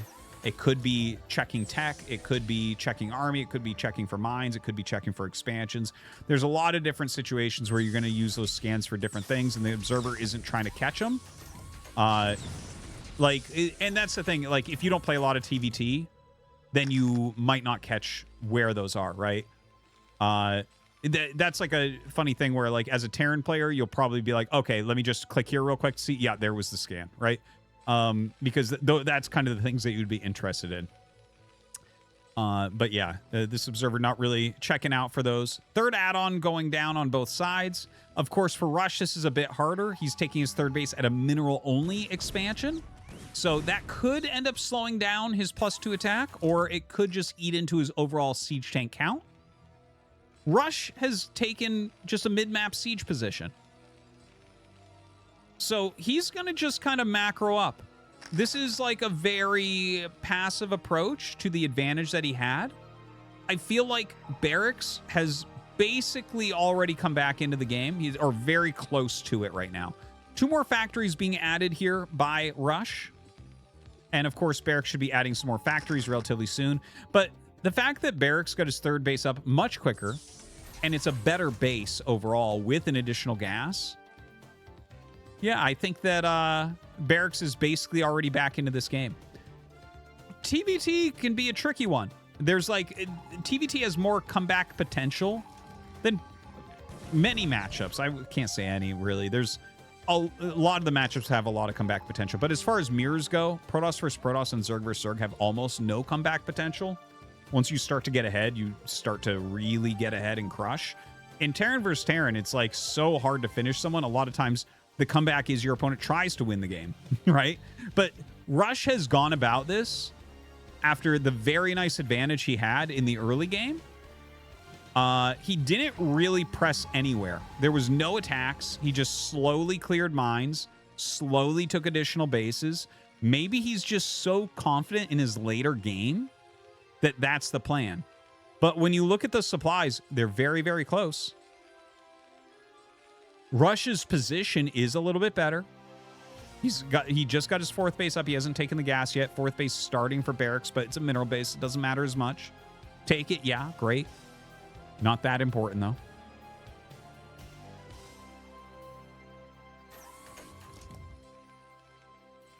Science facility coming up on both sides. A little bit faster for Rush there, which is kind of funny. Just based on the fact that... just based on the fact that he, like, didn't take that third gas base, right? His third gas isn't even done yet. So to get that quicker, look at the gas in the bank. That actually tells the story of what I'm trying to tell you here. Barracks has almost 900 gas. Rush has 184 gas. It's like, it makes such a big difference whether you take a gas base as your third or a mineral base as your third base. But still, he's going to get the +2 quick. And the thing is, that's incredibly important. And in fact, if you're going to play like this, I actually really appreciate this game, even though there's very little action after the initial harassment. Like, very little. We saw that little drop. I didn't even comment on that because it was so garb. You know, but it's okay to poke with a little drop like that. Second starport, by the way, on the way, since he has so much gas. But one of the important things, and one of the reasons why the third gas is so important, is because you have to get +2 really quickly. Now, Rush has optimized for +2, and he hasn't wasted even a single siege tank, which I believe has allowed him to play in this way. And on top of that, he's just double expanding the top left. This has actually been quite a masterful game in many, many ways, even though it wasn't exactly what I expected to see Rush do after his opening advantage. The speed of that +2, the expanding twice almost at the same time, and then expanding twice more almost instantaneously. He's just kind of like optimizing for a big macro game really, really well. And this was kind of a funny little move. It kind of keeps Barracks a little bit busy. It's not hyper impactful in either way. Bottom right is where Rush is pushing into next. And, ooh, a nice little drop at this third base. No units here to stop that, so that's going to be really, really annoying. Barracks pulling back a little bit. Okay, Rush should see the double blinking starports there, so he should know that it's time to start building some missile turrets and making sure that he has Goliaths mixed in. Wow, catches a Barracks vessel. Barracks going to try to go ahead and chase down... Yeah, chases down that dropship. Or, yeah. Ooh.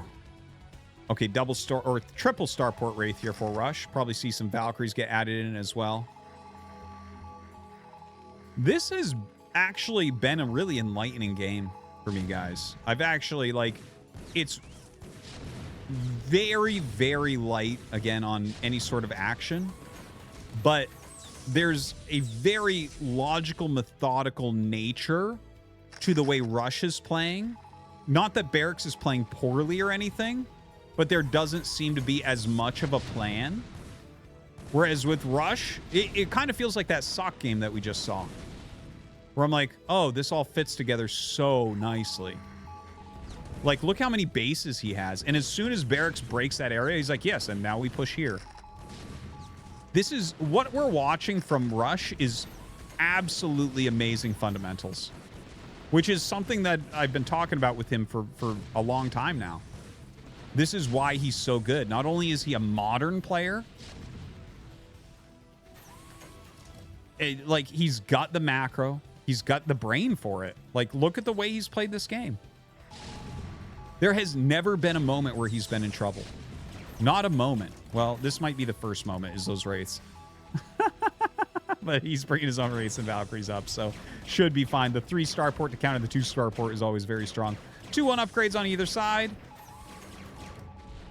Okay, he's scanned and sees Goliaths coming in. He sees wraiths coming in. Barracks has to run out of here. This is a real issue. The fact that there's a Valkyrie in here as well. Dude, yeah, he's just going to chase him for days. Barracks has to run to the edge of the screen over a missile turret. Oh, jeez. Well, the Valkyrie is a pretty good unit against wraiths.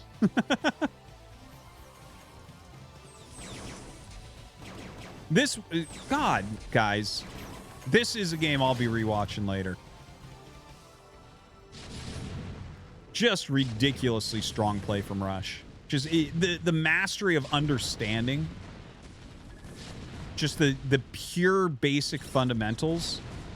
The funny thing is, I think, like, if you look at this game, it wasn't the best this game could be played. But, I mean, if you convert it to a victory in a tournament, that's all you're looking for, right? But I would say, like, if Flash had played this game and had the opener that Rush had, I think he would have killed Barracks almost instantly. But Flash might be the only one that would have been able to do that, literally. Since Rush, I would put down as, generally speaking, the third best Terran in the world. And Light doesn't play games that look like this very often. So Barracks with a little counterattack there. His Vulture's doing a pretty good job overall, but Rush is in such complete control of this game. It's insane. It's not even close. He's absolutely dismantling. I think we're going to be seeing GG in a second here. And Rush for Soulkey. That's going to be sick. What a great match that is. GG, Rush advances.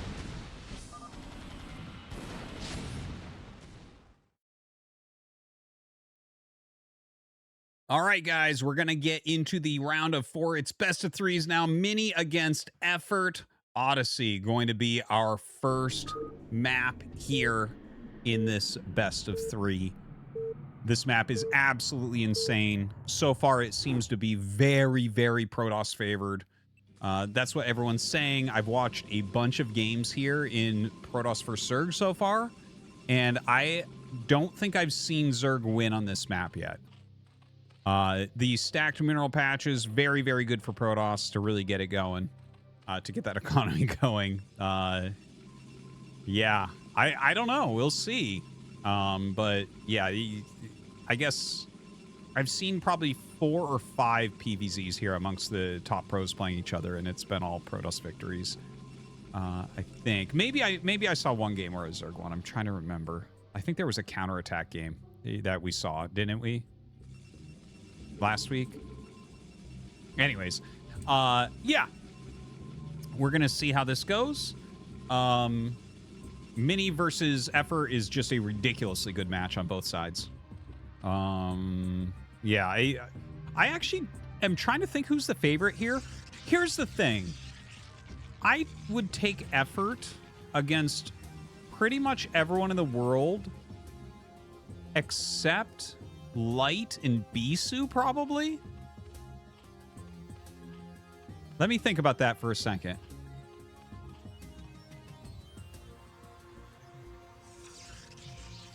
Yes. Yes. Okay, so I'm actually... What is it when you want to buy?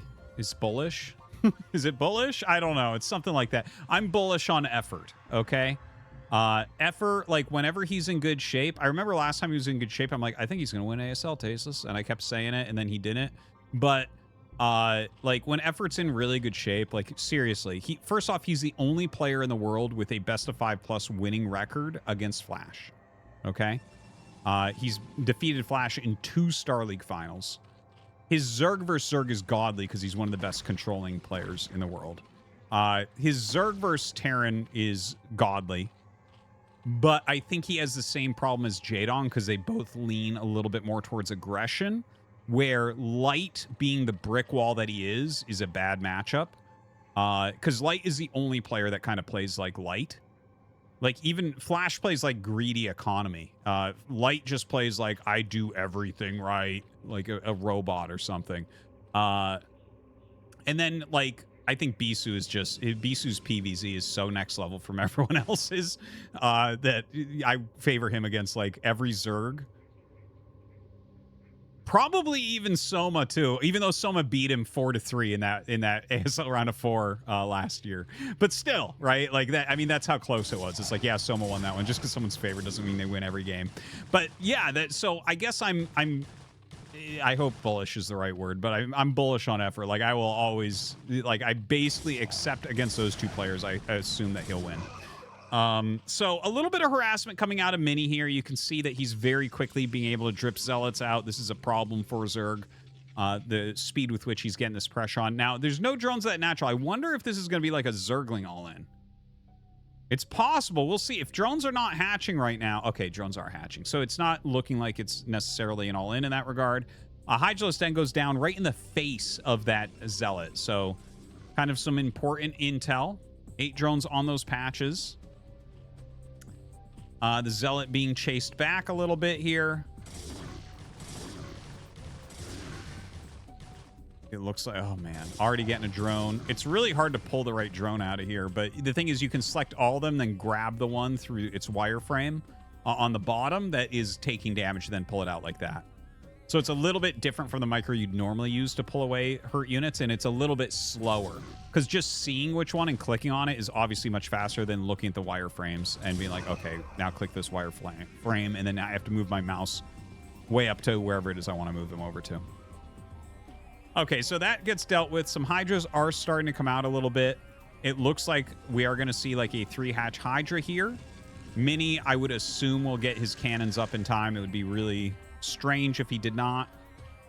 Layer coming up. Oh! Well, yeah, and there are 4 hatches, by the way. I do recognize how silly that is to say. I wonder... Here's the thing. Like, I don't have this map mapped out in my head at all yet, the way that this map flows. Because even if you're a fastest map player, you don't have it mapped out because there's natural expansion. You know, there's 8 patches, I believe, in the main patches, but maybe it's different from that. I have to double check on that. But like then the natural is just normal, right? So like the income is so different here. It's going to take a while to get it mapped out, but I don't have it mapped out. So the reason he went the Hydralisk Den, I originally thought based on the speed of it that it might be a Hydra Rush. But actually looking at it further, it might just be that Protoss is teching so quickly that you need that as anti-air. That might actually be it. I'm not entirely sure on that, but I'll learn it over time this season. Sorry about that. It's still a very, very new map for me as well. Templar Archives coming up in that main base. Lots of Hydras being fielded, so it does look like it's going to be like at least 4-hatch Hydra going across the map and putting some pressure on, but he's still droning here as well, so it's not like this is looking like too all in or anything from effort. Man, what a nice match this is, though, really. Mini really is godly in PvZ as well. I do wonder, actually, for those of you who are big-time StarCraft fans and watch a lot of games, if there's anyone that thinks that Mini might actually be better than Bisu in Protoss for Zerg. Because I would accept arguments on that. Because Mini's best matchup is certainly Protoss for Zerg. And he has some of the most impressive recent day achievements in Protoss for Zerg. Like that season that he won, he eliminated almost every good Zerg. His win rate in ASL is right up there with Bisu's in this matchup. So, and he plays a very different style than Bisu. It's like a very planned out style. So I do wonder if anyone has that opinion. Let me know in the comments if you think that Mini might actually be the king of Protoss for Zerg. I don't think there'll be many people saying that. Probably most people just shaking their head yes, that he is ridiculously good at the matchup, but it's Bisu's still king. But yeah, I'd be interested to hear other people's opinions. Now, the Zealot pressure coming out, but there's enough Hydras here to hold it back. So just a little bit of pressure there from Mini, forcing some more Hydras, gets a couple kills, tries to do some harassment on these Overlords in the meantime. Not getting too much done with that, but I think he just popped one Overlord there, so a little annoying. But he's taking a lot of damage as well. I love that he keeps sweeping over the bases and checking for a Spire, which there is not. Oh, wait, no, there is one. Rather, he did see a Spire, my bad. And he's lost a lot of Corsairs. This might be a game where you need to go into Dark Archon. Like, that Spire timing and the fact that there's, like, one Corsair out, I think you need to go Dark Archon here. Send that guy home and make him into an Archon. Yep, Muta's coming out. This is going to be an issue to deal with. This actually looks pretty decent for effort, doesn't it? Those High Templars are just going to be picked off. Like, he's going to have to just suicide those in and get some good storms off immediately. He just needs to cast his storms right now. Okay, I mean, those were good storms. Those were very good storms, but he's losing his High Templars. I guess he does end up making Archon, which will end up helping here as well. The Hydra's going behind to reduce surface area that Zealots can get on them. So that's like a smart move, but there's not enough of them there to make that big of a difference. Another group of Hydras come up to help clear this out. That's a good, solid hold, I would say. More Zealots still coming down. These are just buying time at this point while he prepares anti-muta tech at home. We still don't know what he's going to make. Like, he could go back into Corsairs. That doesn't feel right here. That would feel like the worst possible thing. He could just try to do Goon Storm and just hit a very strong mid-game attack. Most of the games I've seen here have ended with just like a heavy Dragoon Zealot Storm like mid-game attack from Protoss when they're on 3 bases. That's like been most of the games I've seen. But yeah, we'll see here in a moment. You know, even if he goes Dark Archon now, we're getting like a little bit into the area where that's a bit late. It's going to take a while for that to... It's for a Maelstrom to come to fruition. And it doesn't look like he started a Dark Archon. So these mutas aren't really afraid of just Storm and Dragoons, right? Like, he's going to be able to kill off this... Oh, man, that wasn't even shooting for most of the time there. Looks like it was right-clicked on a probe, maybe accidentally, when he sent it to sit there. So did not attack. Yeah, I'm not actually digging this game for Mini. I think Effort's done a very good job here. You know, Mini... The thing is, Mini had some good ideas with the Zealot pressure that he was putting on, it felt like. Felt like his Zealots were doing pretty good overall. He was controlling the pace of the game really well. And then, like, the mutas coming out kind of forced him to sacrifice those 3 High Templars very, very quickly. And Effort had enough to hold on to that. And now he's taking a 4th base. Mini is taking a 3rd. Trying to bait a Storm there. If the mutas are going to fly and you want to blanket them with a Storm so they eat a bunch of damage coming after the High Templar and let your goons try to finish them off. That's what he's looking to get Mini to do.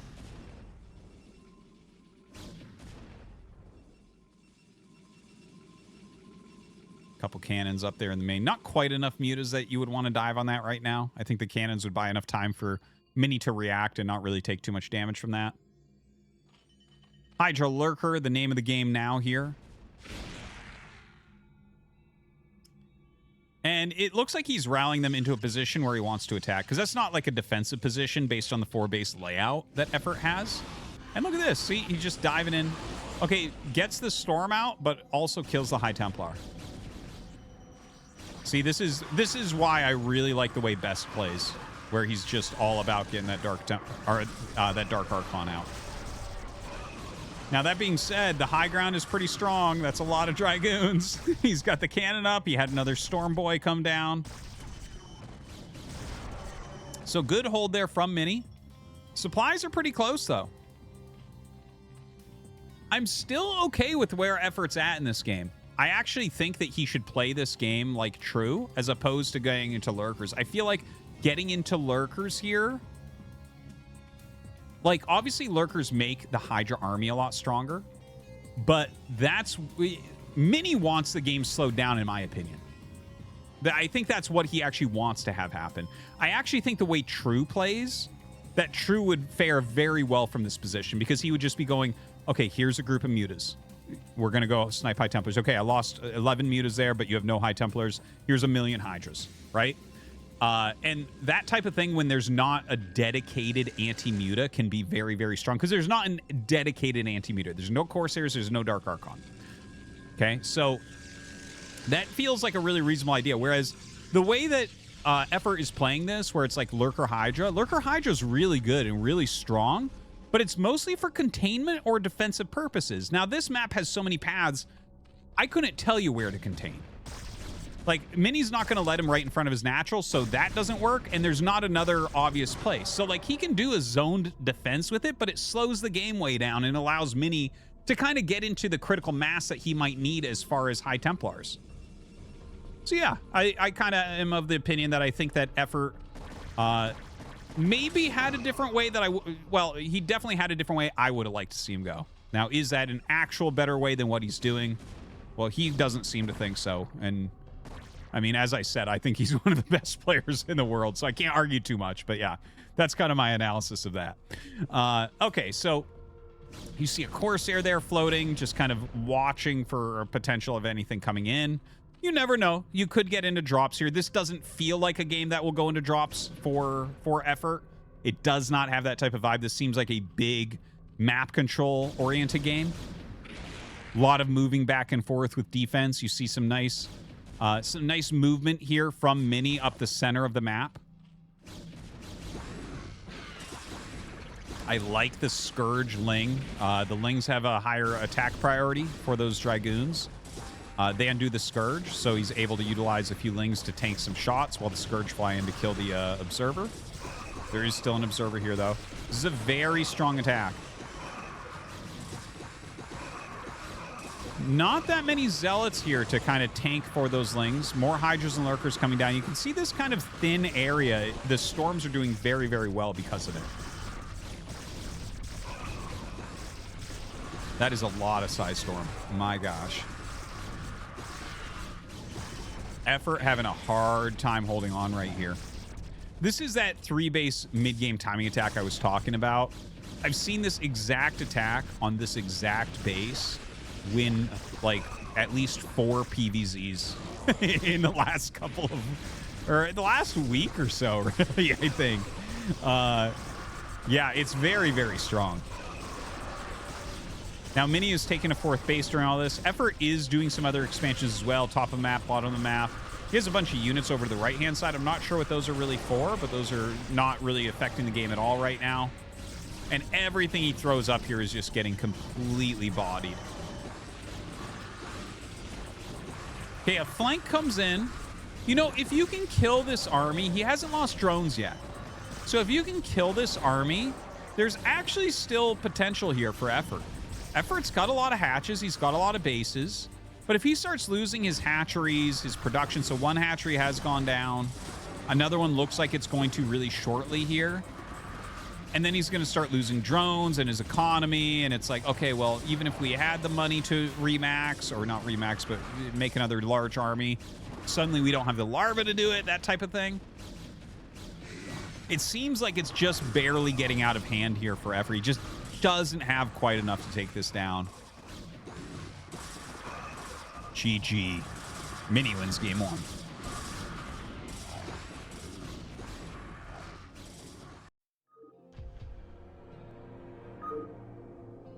So Mini leads 1-0. We're going to go into Octagon as our second map here in the first round of 4 match. Mini needs one more victory to go to the finals. In the bottom right, we have Mini. And in the bottom left, we have Effort. Maybe a missed opportunity there from Effort. It felt like he actually got himself into a decent position with the initial Mutalisk switch. But unable to keep that going. Just that really strong mid-game attack on Odyssey seems very, very difficult for Zergs to hold. It actually really reminds me of the way that Polypoid evolved in Terran vs. Protoss. Okay, so once upon a time on Polypoid, and Polypoid has a big high ground 3rd base location, and for a long time, that was a defensive stronghold for Terran, where you just siege up there, throw a few mines in front, and Protoss would never attack you. Now, the metagame and the understanding on Polypoid shifted dramatically, where Protoss literally always attacks there. And it has to do with Psystorm. The area, that high ground area, is so thin that a few Psystorms hit everything. So instead of having a wide push, you kind of have to have a deeper push, or not. It's not a push. So instead of having a wide defensive spread, it has to be deeper, or it has to be more clumped. If it's deeper, not everything is firing. A lot of it will be on low ground. If it's clumped, Psystorm punishes it. This reminds me a lot of that Odyssey 3rd base, where you saw that it's like, okay, you have this high ground base. You would think high ground is good for defense, but it's small enough that everything is getting plastered by a few Psystorms, right? It's like the way past the hatchery up to the defensive location is about 2 Psystorms wide. So if you just have a fair amount of storms, they're just marching through unbelievable damage to defend. That's my assessment of what I've been seeing there. Ooh, that's a good drone kill. Mini's the best at Probe Micro. He's better than Beast with Probe Micro. That's for sure. Better than Snow at Probe Micro. That's for sure. Seriously. But anyways, yeah. That's my assessment of that Odyssey timing attack. It really, really reminds me of the way Polypoid shifted in Protoss vs. Terran. Okay, anyways, as far as the probe goes, yeah, Probe Micro has become very important. You know, sometimes you see probes chase down like SCVs, for instance, and kill them. There you saw it chase down a drone. A drone can do the same. Both drones and probes have pretty decent range on their attacks, whereas SCV range is the shortest in the game, shorter than a Zergling attack. And yes, it's considered a ranged attack, so it doesn't deal damage in a Dark Swarm. Even though it's less range than a literally melee attack. So Mini is so good at that. There was this moment, I watched a game once where Mini killed the first 3 SCVs that came out of Lightspace. Light literally could not scout him. He could not get to his base. When I saw the game, I was like, uh-oh. StarCraft's shelf life is almost over. Like, this is too much. If Terran can't scout, this is too much. But very few players accomplish that. There's certain jukes that people do now to try to get away, different ways to try to deal with that type of probe harassment. But as you saw there from Mini, taking down an Effort drone is like pretty impressive, since Effort is one of the best micro players in the world. All right, so taking a look at the game, nothing out of the ordinary as of yet. That was kind of a quick probe kill. Mini is trying to send a secondary probe up, and Effort is actually mirroring where that probe is trying to go really, really quickly. All right, going to chase that back.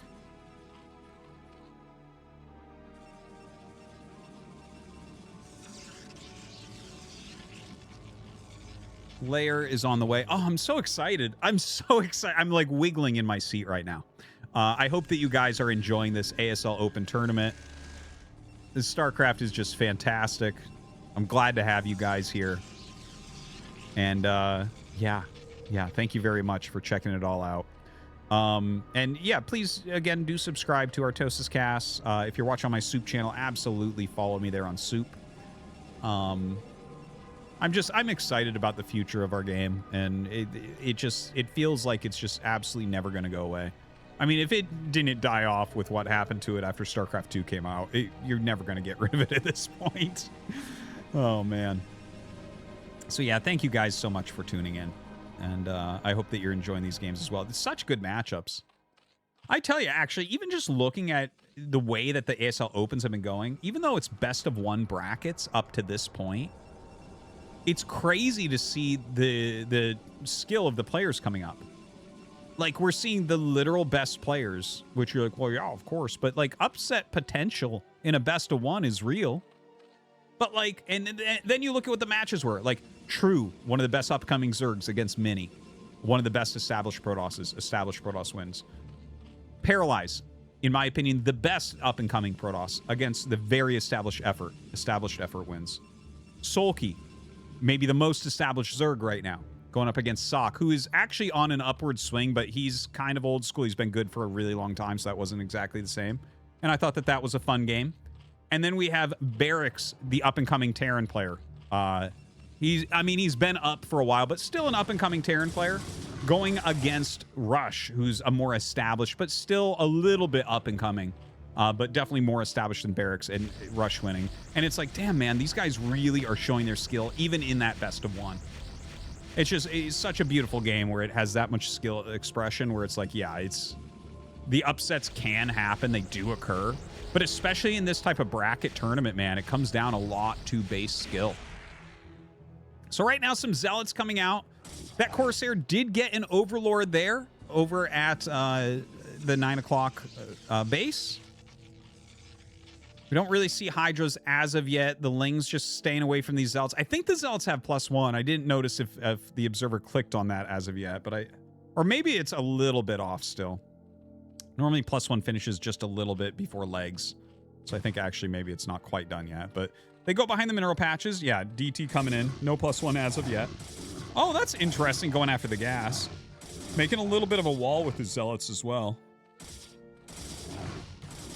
And look at that. Yeah, just clumps up into a ball there as the Zerglings try to come in and surround. In the meantime, trying to slip a DT in.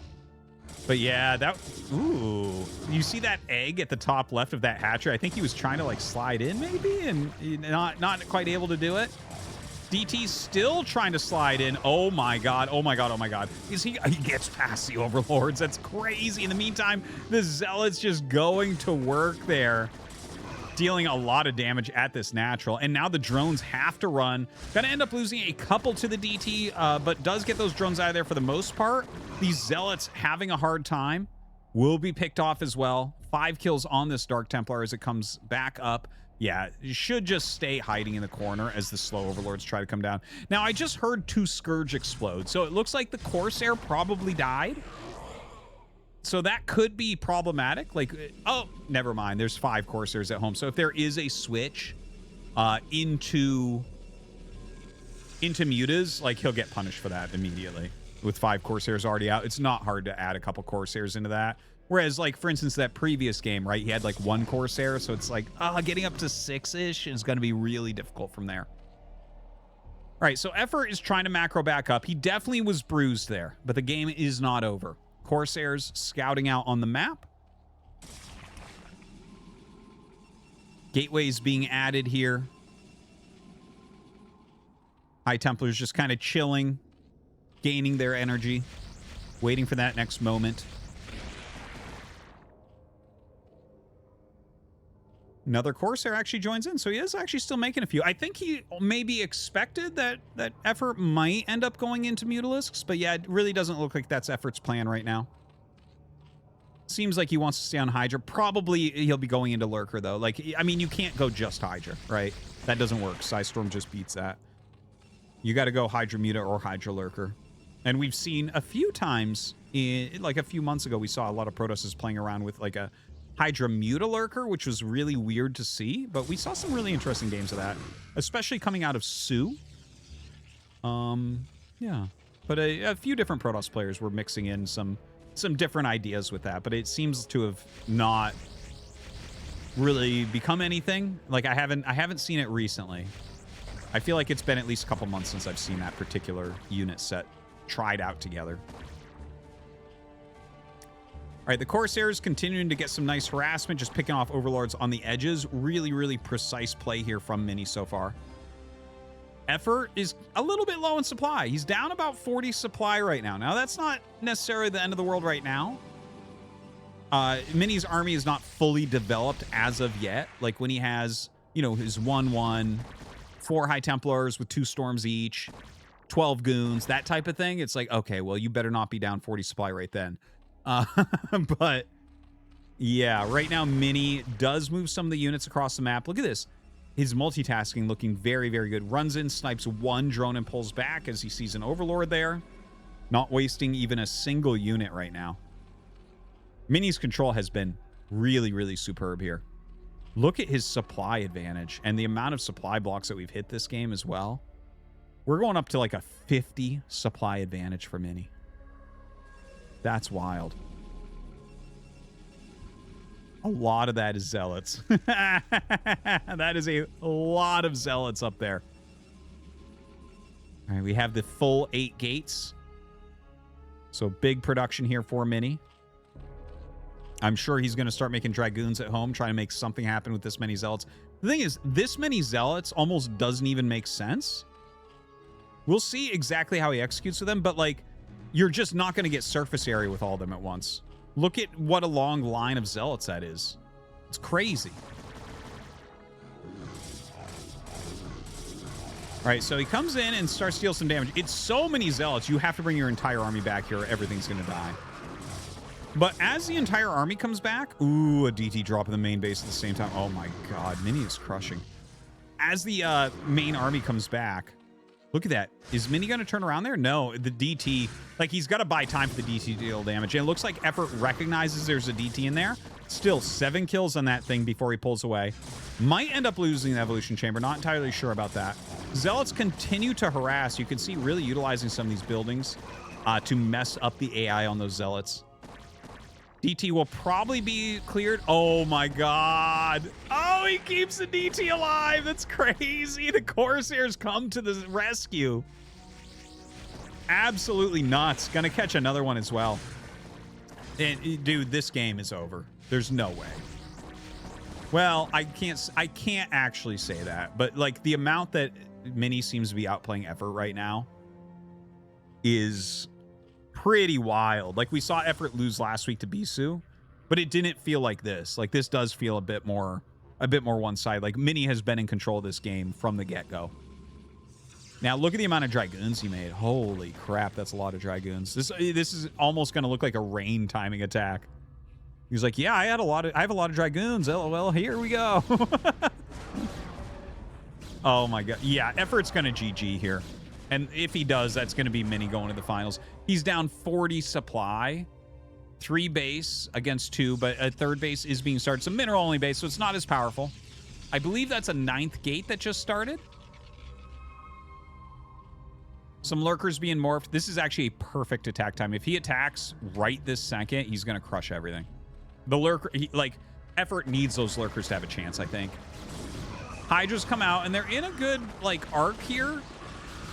But a couple storms are going to really, really wreck them. So they do start to get pulled back. He's buying time for those lurkers to finish.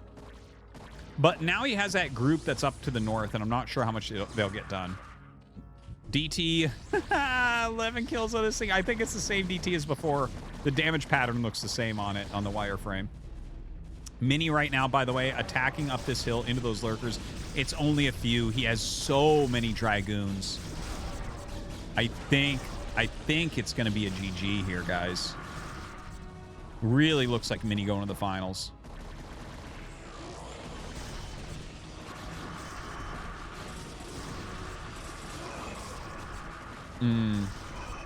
That is, like, he has more Dragoons than there's Hydras here.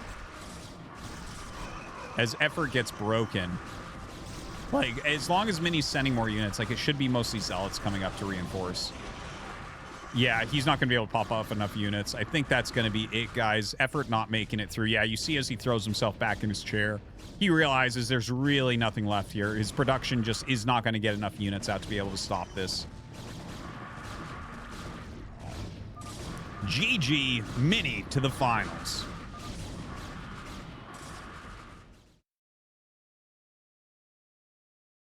All right, we're getting into our second match here. Sulky versus Rush. They're going to go on knockout first. And, yeah, let's get right into it here. Very exciting. Who is going to go up to play against Mini? We're going to see here in a little bit. All right, knockout. Top right, we have Sulky, the 4-time ASL champion. And in the top left, we have Rush, not yet an ASL champion, but a finalist. One of the most deserving players that hasn't won. I would say Hero, Snow, and Rush are the 3 players where you're like, they don't have an ASL championship? What? It's kind of weird. It's kind of weird. Those are really guys that I think have come so close so many times. Behind them, I think Best and Bisu probably the next 2. But really, those 3, I'm like, damn. Actually, Best might actually stick out even more than Rush on that one. Best, it felt like many times he should have won ASL by now.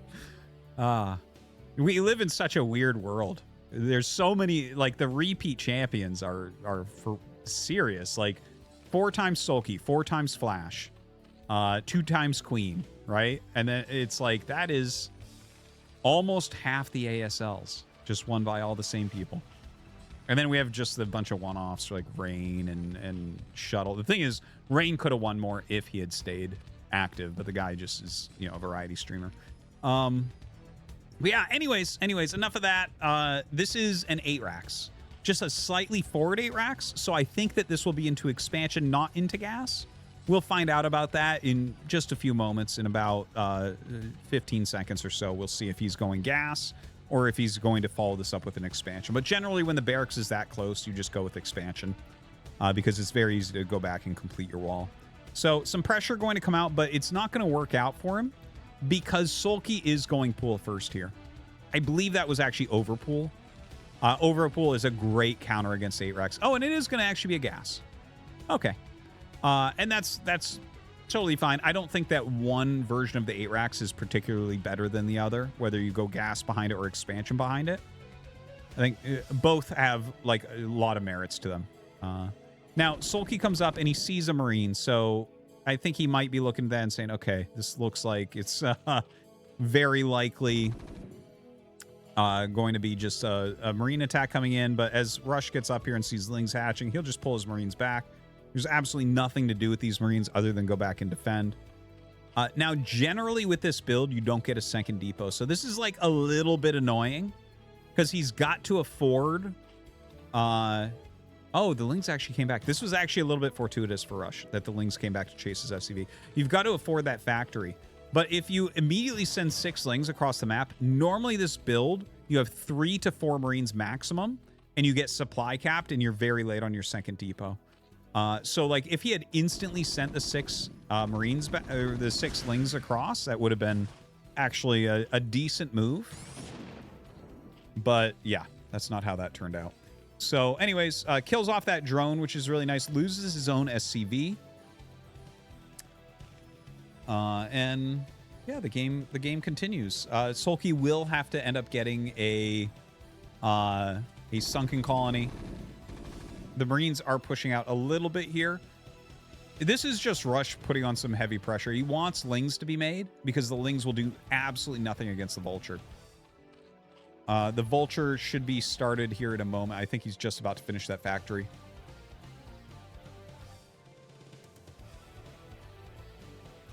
All right, SCV comes up. You got to start that Sunken. Very, very important.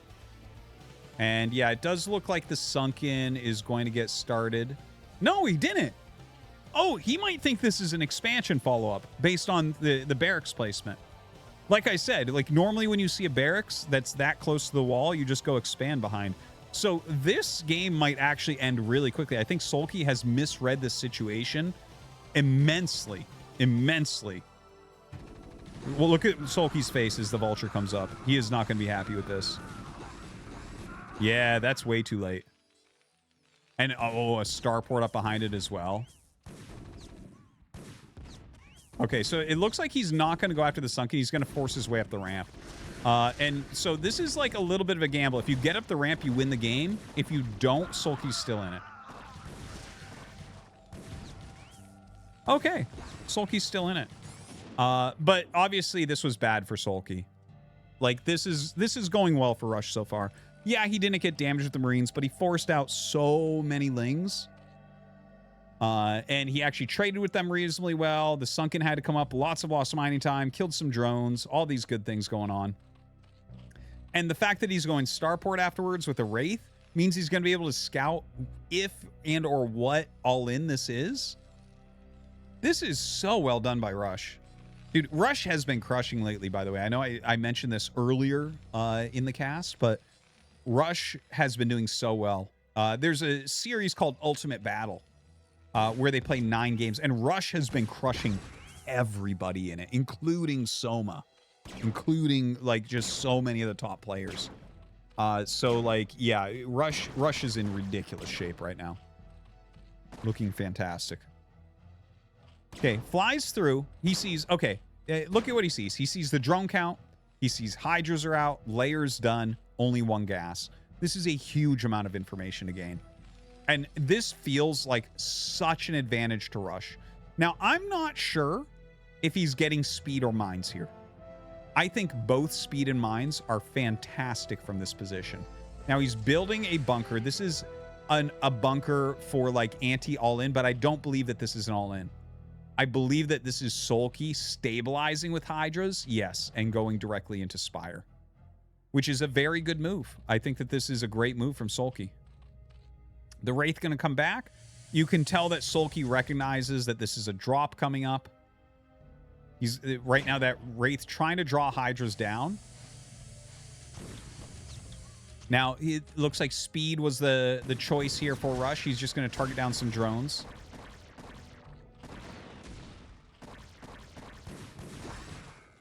Yeah, killing Lings is not really very helpful here. So he is going to kill a fair amount of drones. But the block is okay from Sulky, too. It's really not that bad. Hydra range is, Hydra speed is done. And by the way, the Wraith actually... Oh, wait, no, I think that was an Overlord kill I got earlier. I don't think it killed a drone there.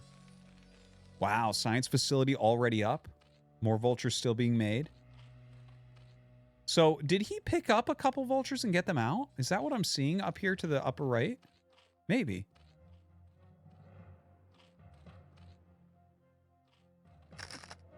You know, it's kind of funny. I sometimes miss things that they show on screen where you're probably like, Artosis, it literally just happened on screen. Because I'm looking at the mini-map. Because, like, I'll look at the mini-map and, you know, you see these certain squares and locations, and that tells me what buildings have been made. And, like, I can see, oh, okay, he's not mining from there yet. Okay. Like, he doesn't have scouting here, and he does have scouting here, that type of thing, right? So, yeah. Anyways, the vultures got out, and there's a bunch of mines all around. Now, the Scourge come to kill the Wraith, but this also tells him that a Spire's done, right? There could technically be mutas here already. So just something to note. Sulky sees that there's a vessel, so he's going to have to think about how he wants to deal with that. Sometimes what you'll do is you'll end up making a couple mutas to fly over with 2 to 4 Scourge and just, like, dive over all the anti-air to kill the vessel. That's, like, a very popular way to try to take out these really quick vessel rushes now.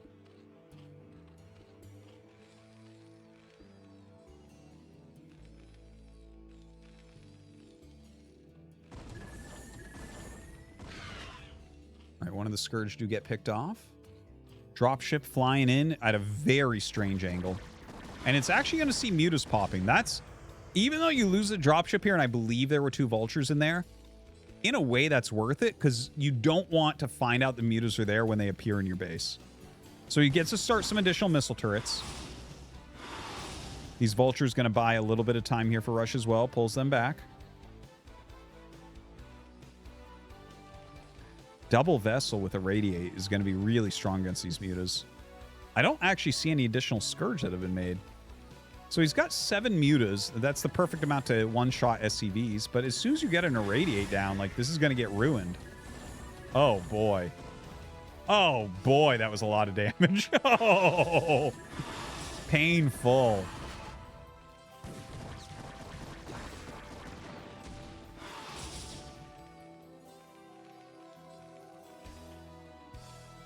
This has been a very strong game from Rush, by the way. Sulky so far has blocked everything to be enough to be alive. And really, even look at the supply, right? The supply looks good when you look at normal metrics, but this is like a very funny game, right? There's quite a few mutas, and there's some Hydras out. And the supply is pretty close. But Rush's production hasn't gone down yet. As you see, he's just now starting to add some barracks. He's just getting into his unit production. He also has multiple vessels with a Radiate already up, right? So, like, for instance, all that supply in that stack of mutas is not worthless, but likely to die with little value added, right? So even though right now the supplies are the same, I'm not actually too worried for Rush. I actually think that Rush is in a better position here. Which, again, I mentioned before how a lot of times the supply makes sense, but not always. Yeah, you see that. Well, the supply is still high, but the mutas are so damaged at this point, it's not going to last. Lots of lurkers being made, so this is a really important moment. Some additional bunkers going up. Really, he should make one more bunker, I think, behind there as well. Trying to dive in. Oh, my God. Oh, my God. That is the craziest mine I've ever seen. Are you kidding me? What is this mine? That's how that ended? Okay. I did not have that on my bingo card. Now, here comes the Sulky all in with these lurkers. It's absolutely not going to work. Siege tank is here. He is rallying some more units over, but you just have to make one bunker survive and you're fine. GG is called. Game 1 to Rush.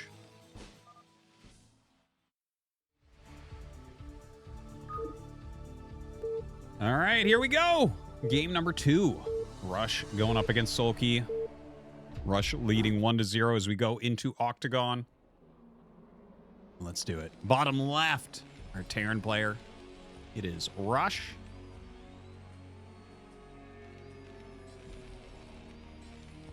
And in the top right, we have Sulky. Great technical play there from Rush. You know, Sulky kind of got in a bad spot. I think Sulky just misread what was going on. It was tricky, right? Like, you can tell a lot from where buildings are placed. So many of the calls that I say, I'm like, oh yeah, he's probably doing this because of the placement of this.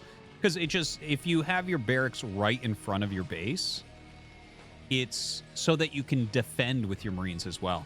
If you put the barracks way out on the map, you're basically putting on pressure with the Marines, and you'll defend with a vulture because the timing works out that the Lings will have to fight the Marines because the Marines are going to be so close to the Zerg base, and that'll give you time to get your vulture out, right? So I think Sulky might have gotten thrown off just by where the barracks was and thought, okay, there's a command center on the way and all that, and didn't make that sunken. Because if he makes the sunken, I think everything goes a lot better for him there. So a little bit unfortunate for Sulky. We'll see how he can do here in game number 2. Of course, Mini awaits in the finals, so it's not even going to be a mirror matchup. Kind of cool. Mini versus Sulky or Rush would both be ridiculously good. That's pretty sick. I actually, hot take, I think actually Rush is going to be favored against Mini, and I think that Mini is going to be favored against Sulky. How weird is that? That sounds backwards, but that's actually what I'm feeling based on their current forms, I would say. Now, it looks like it's going to be a command center first here by Rush. Sulky is going to find it, but he went hatch first. He's not going to be too happy about this, I think. You know, he went overpool that previous game, and he caught an 8 racks, so at least there's that with the overpool. But going hatch first into this is not going to be quite as happy. Okay, he gets over here and scouts it. Now, does he go gas right away, or will he potentially make another hatchery? Did he just cancel his spawning pool? I think he did. I think he's going 3 hatch before pool. Yep. That is exactly what's happening. So Sulky is going to take 3 bases immediately. This is actually a pretty darn good counter overall, because it's going to take a long time for Rush to get anything that can go out onto the map. And it's hard to say how Rush wants to play this, right? Like, Command Center first mech is very, very strong. But you can also go for +1 and Academy and get pressure out there a little bit quicker. Now, Sulky gets his 3rd hatch on a 3rd base and then remakes the pool and gas and continues to harass here. I'm not surprised he keeps the drone. Like, I think you go down and see what you can check on. Like, I wouldn't have even minded him maybe, like, taking the gas. Like, force your opponent to make the gas at the natural here. Just slow down their build a little bit, because you know that no matter what, Rush will be getting gas quickly. Whether he wants to get +1 or he wants to go for a factory. But we'll see what he wants. As Rush gets up here, he's going to recognize, like, oh, okay, there's a missing hatchery. We got to find that. He'll probably just go find it right now. I mean, it could be at 12, but 3 o'clock makes more sense. So should check there first. And yeah, SCV gets down here, sees that hatchery. So now Rush knows what's going on. By the way, it looks like it's an engineering bay for Rush, so I think he's just going to put out like +1 as well as Quick Academy and, you know, probably 5 barracks play is my guess. And this is really not a bad call. If you look at how many areas have to be defended against a legitimate, like, large +1 ranged Stim Marine Medic army, like, I'm talking almost 2 groups of Marines as well as 5-ish medics. You put all that together, and you just, the amount of sunkens you have to make is way too high. So we see Sulky actually put down the Hydralis Den, which I think is actually a very, very, very good choice. This is actually, like, I've seen things that look like this pretty often. Like, for me personally playing on the ladder, I've had a lot of games that went exactly like this, where, well, not exactly, but close, where it's like, okay, Zerg taking the fast 3rd on location to try to blind counter the big Marine medic move out will go Lurker first and play a defensive Lurker game. And that kind of makes sense. But here's the funny thing, right? Like, if you as Terran here, oh my God, dude. Oh, and he made a medic. This is the worst case scenario. Sulky's so far ahead right now. Oh my God. Anyways, what I was going to say is if you don't go 4 or 5 racks, instead, if you go 3 racks and factory that no one does that other than Mihu, yeah, it's actually a very good counter. Now, Sulky is actually getting so much damage here. Sulky is, like, has almost won the game at this point. This is insane, the amount of damage he got. All because Rush was standing out in front of the wall. Sulky took a little risk and instantly punishes. This is insane. Oh, my God.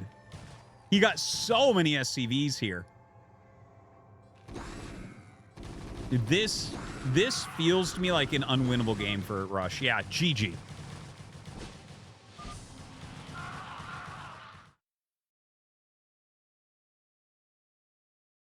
All right, we're going to get into our third and final game here in the second round of 4 match here in the ASL Open number 2.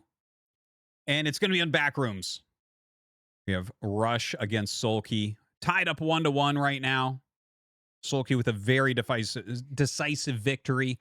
You know, some of these times when Terran's just standing out in front of the wall trying to, like, catch a single Zergling, that's literally what that was for. Those forward Marines, he was looking to catch, like, one scouting Zergling coming in. And Sulky just insta-punishes him. Crazy, crazy stuff. So here we go, guys. One of our new maps for ASL, the Backrooms. Interesting map so far. There are some issues with this map. Some of the spawns are very different. In fact, Rush was lobbying recently to try to get some of these spawns fixed, where basically different locations on this map have different amounts of high ground where mutas can hide. Like the raised terrain above the natural where they hide from the missile turrets when they disappear, so missile turrets stop shooting. Some of the areas have just a tiny amount, and some of them have huge amounts. And Rush actually showed this in a video that Jinjin translated. And it was actually hilarious to see. It was like, oh my God. Stuff like that happens. Like, the maps... Sometimes you got to make the map look a little bit more ugly to make it fair. You want the spawns to function the same. There's also different quality walls on some of these spots. Last season, I think that they did such a great job of making all the spots as close to equal as possible. Because there's oftentimes, so many maps, there'll be like, oh, this one spawn has this super wall that you can do. So you can be super greedy. And then it'll be like, yeah, and then it also has one spot where you can't defend with missile turrets. Like, stuff like that happens all the time with Brood War maps. But I feel like last season was, like, every spawn felt about the same. Which almost never happens as a Terran player. Almost never. You normally have spawns you want and spawns you don't want. I haven't cared for half a year now where I spawn on any map, which is a new feeling. So anyways, we'll see if that ends up getting fixed or not. Taking a look at this game, looks like just a regular hatchery first and a regular wall there. And that looks like it is going to be a Zergling tight wall. And that's actually a funny thing because actually looking at this, almost guarantee you that this is similar to what I was saying about a lot of maps. Bottom right spawn has Zergling tight walls. Okay? The, like, for instance, Polypoid. Zergling tight wall, bottom right. And this looks like that as well. Looking at Sulky's natural, there is no Zergling tight wall there. That's for sure. And the top left one, because Marines pop out the bottom of a barracks, that won't have one. And top right won't have one either. So, this is one of those maps which is not actually even on all the spawn points. Yeah, that is a Zergling tight wall you see there. So you can literally defend against a million lings with one Marine if you want. It allows you to be really, really greedy. And this is kind of what Rush was talking about. Like, you gotta try to make these spawns equal. Because it's such a wild feeling. Be like, oh, I spawned in this location. I guess I'm ahead. Right? In fact, for anyone who recalls back when Mini and Larva played in ASL Finals, Game 7 that Larva ended up winning to take that title, Mini spawned in the worst mining location on the map, and so was forced into like he thinks forced into a 2-gate proxy all then. Because the mining on the spot that he went in was so bad. Now, Fighting Spirit is a very old map, so that makes more sense. Right? Like, we've learned so much about optimal mining and things since then. It's advanced light years. So just something to know. Okay, looks like a fast +1 build there from Rush. Looks like a pretty standard, like 2-hatch Mutalisk play here from Sulky. Now, and he actually makes the 3rd hatchery in the main base. And this is what you want against a fast +1 build. It's like the timing push comes out and hits a third hatch that's at a 3rd base too quickly otherwise. And this exact layout, like these two strategies going against each other, this is where Sulky has made a lot of his money, a lot of his fame. He is, excuse me, the best army crushing Zerg in the world by miles. It's not even close. And specifically in situations like this, where if I'm looking at this game and this is Jaedong playing, now I love Jaedong, so I hate using him as an example, but this is the perfect example of where Jaedong would really struggle. And this is the perfect example of Sulky's difference amongst other Zergs. Like, I give him a favor. That's not the right way to word it. I would say that he's a favorite here just based off of seeing what the opening strats are, because he is so good at killing these types of armies. Now, if Rush does this perfectly, and what I mean by perfectly is he never walks too far from his base, then he can be completely fine and maybe even get ahead. We'll see. But everyone eventually missteps against Sulky, and Sulky has like the killerest instinct on eliminating Marine medic armies in games that look like this. Anyways, enough build up to that. We're going to see. That drone sitting there makes me think he might go for a Hydralisk Den, but it could be an Evo. Oh, it's an Evo! You know what that means, right? Crazy Zerg. So this is... Oh my god, and his scan saw the evolution. Oh my god, that's actually huge, guys. That's actually huge to see that. So from here, you have to plan out what you want to do to deal with Crazy Zerg. Because Crazy Zerg is actually good against fast +1 builds, which seems counterintuitive. But it is because +2 on fast +1 builds is slower than on Academy builds, because all of your additional tech comes up a little bit slower than it does on Academy builds. Anyways, Muta's coming in for a little bit of harassment.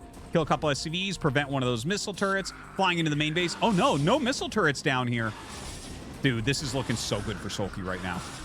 He's already killed like 4 SCVs. And losing SCVs with this build is very, very bad because you can barely afford what you want to do. Dude, Rush is probably on like 28 SCVs right now. Oh my god, he's like, his SCVs are garbage now. He killed a few Mutas. He can still put out an attack. Now, here's the problem. Rush can't afford constant Marine production and SCV production and going into tech. He cannot do all those things at once. And that's kind of what you need to do.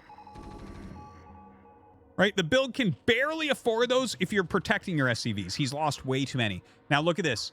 3 Sunkens are being made. This army can beat 3 Sunkens just barely. So Sulky does have to be careful about that. He could throw down 2 more Sunkens or just bring his Mutas back. We'll see if Sulky tries to dive. No, he's waiting to see if there's an attack.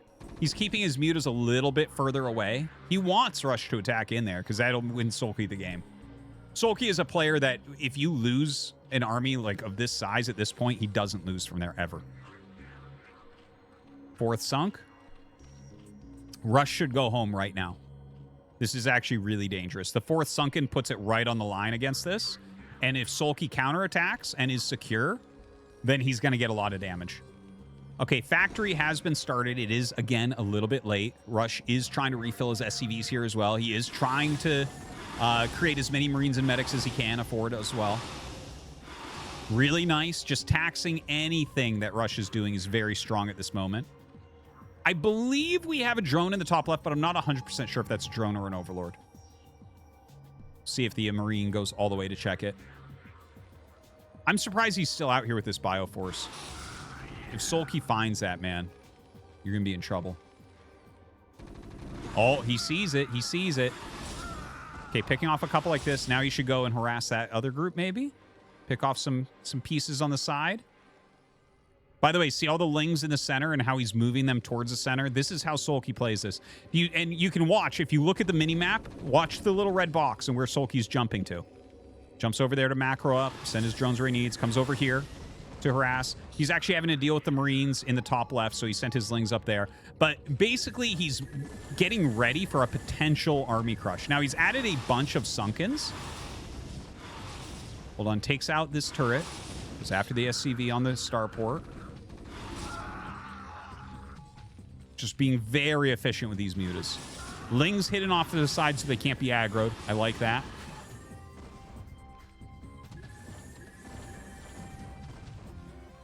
Sulky is playing this very, very well so far. He's absolutely in control of this game. All right, Ultralisk Cavern on the way.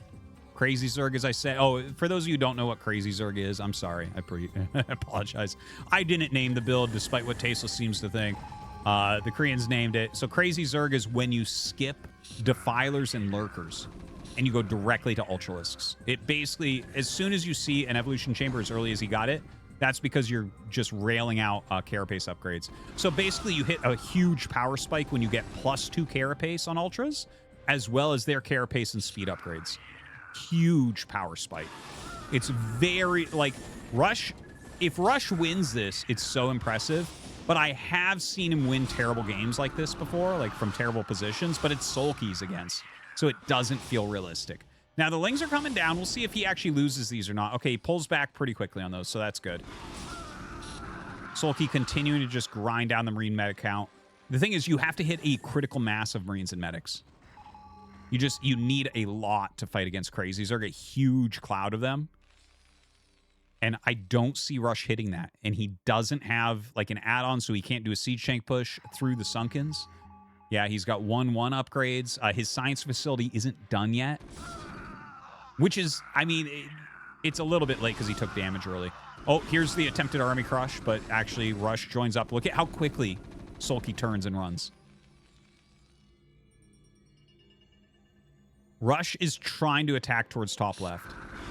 If he can kill top left, then the game actually becomes very manageable. I don't think he's going to be able to do it, though. Sulky just needs to make a few more units here, and he's got a Nidus coming up. You can harass as they go up the ramp. The Marines and medics go up the ramp. The mutas can get a lot of good shots at that time. Sunken on the way. Nidus not up quite yet. Oh, God. Oh, God. This is a big moment. He's going to get the Nidus. Yeah, a few Lings pop out, but that's... Yeah, well, hold on. Mutas are doing okay. I don't think so, though. There's a lot more bio coming up. There are quite a few Lings coming. And the Lings do have +1 carapace, so that does make a difference. But yeah, good control here from Rush equals dead base. Okay, Rush is potentially coming back in a crazy game here. Wait a second. No. Sulky is just barely going to clear this. And Sulky did... Oh, I got chills. Sulky didn't lose any drones. Another Nidus being made. The mutas are basically gone. What is Rush's plan? He's got 6 barracks, 1 science or 1 starport science vessels. 2 eBays are up. Hopefully he does have +2 on the way. Oh, God, we're already at 4 carapace. That's the problem. The power spike is here. The Ultras will crush the bio. And the funny thing about Sulky is when he knows he has the lead with Crazy Zerg, he will just literally attack you while you're turtled and kill you.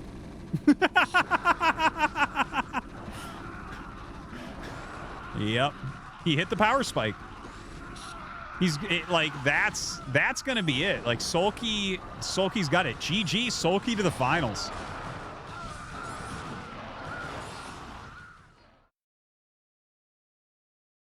All right, it is time for the finals.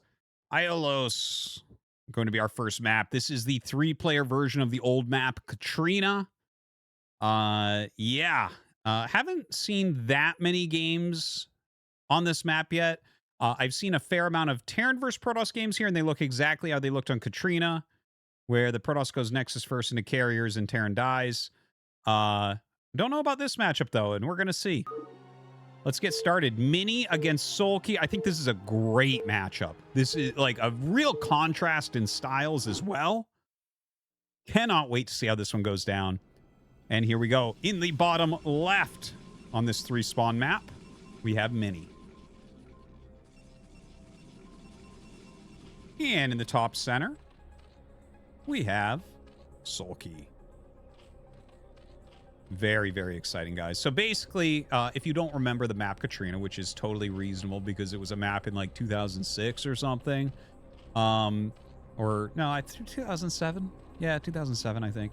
Anyways, it was a pretty imbalanced map. It looked like this, except it had 4 players on it. Here they've taken out the main that would have been on the bottom basically and shifted the mains just slightly to fill in that area. So basically the map has like this, it's this big wide open space. Like to the left of Sulky is his natural. Okay. And like there's a ramp right in front of him. You can kind of see the little egg in the edge of his vision.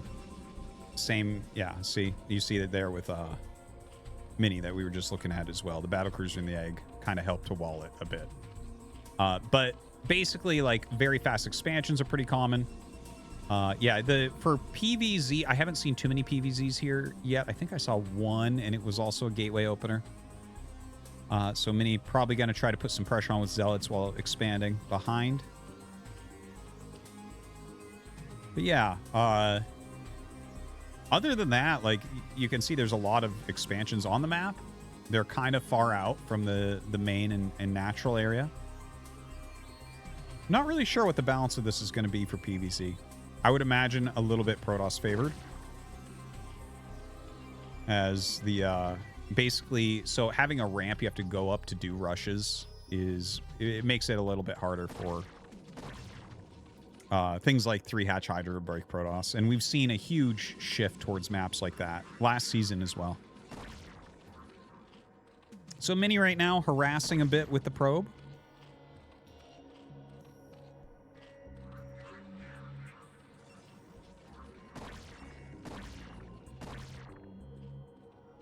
And actually, Sulky doing a great job counterplay there with his own drone.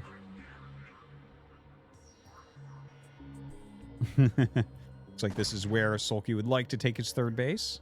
But Mini's being very, very annoying indeed. Zealot coming up. You can stall him out to that Zealot. That would be very hurtful for Sulky. I don't think he's going to be able to do it that long. Ooh, the pylon. I like it. You really do need to get your third hatch up relatively soon, so that's a good stall out. I think he'll cancel the pylon. We'll see in a second here. Doesn't take long for a pylon to make.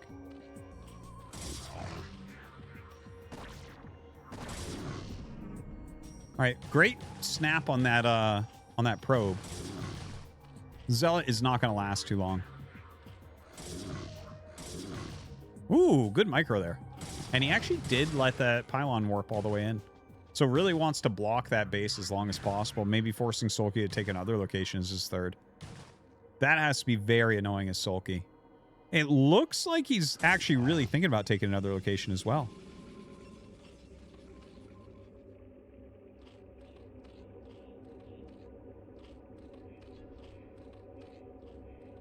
All right, quite a few Lings coming out. Ooh, is he going to find it? Yeah, he finds the hidden Zealot in the corner.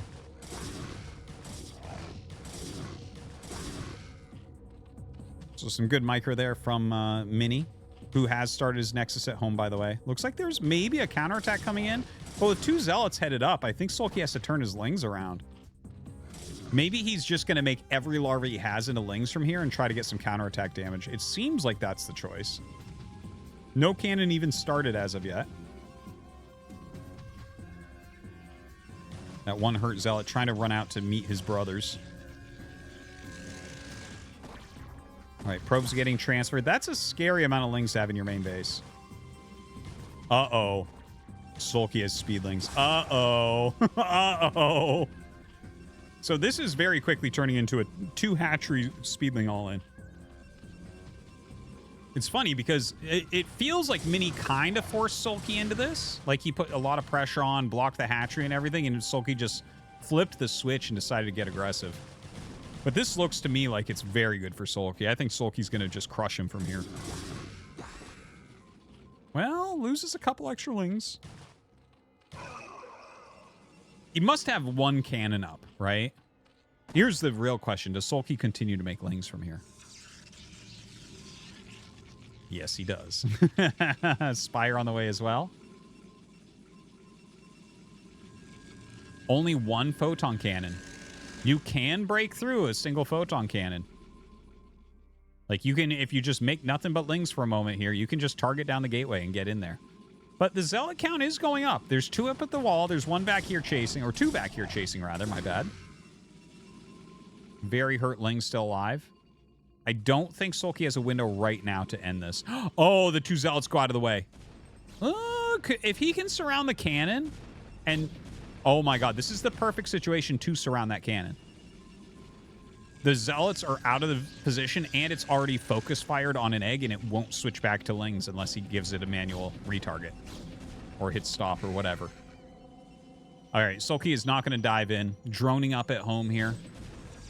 Okay, now he's going to dive in. Well, that is highly annoying. Bunch of speedlings getting back into that main base. Luckily, he is making a cannon back in the main. That's something I see from Bisu, but not many other players. I really like that.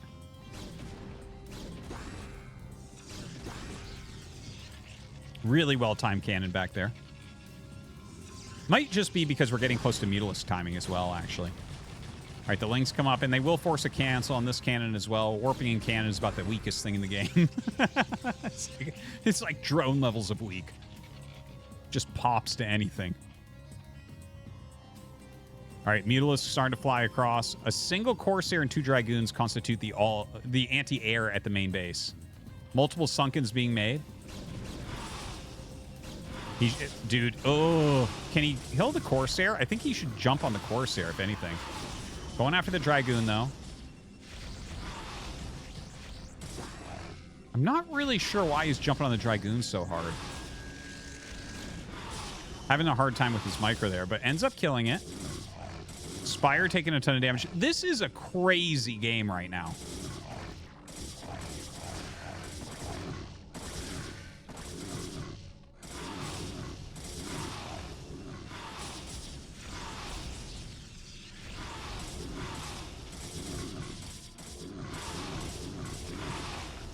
Okay, so the Spire is now dead. Sorry, I'm like sitting here. I'm watching this as a fan. I'm like, what's going to happen next? I don't even know what to say. Like, he just killed the Spire with 2 zealots. What is going on in this crazy, crazy game? Muta's still keeping pressure on. I love that he has a shield battery there as well. A single zealot going over to find that 3rd hatchery. Probe's going to be picked off down here a little bit at least.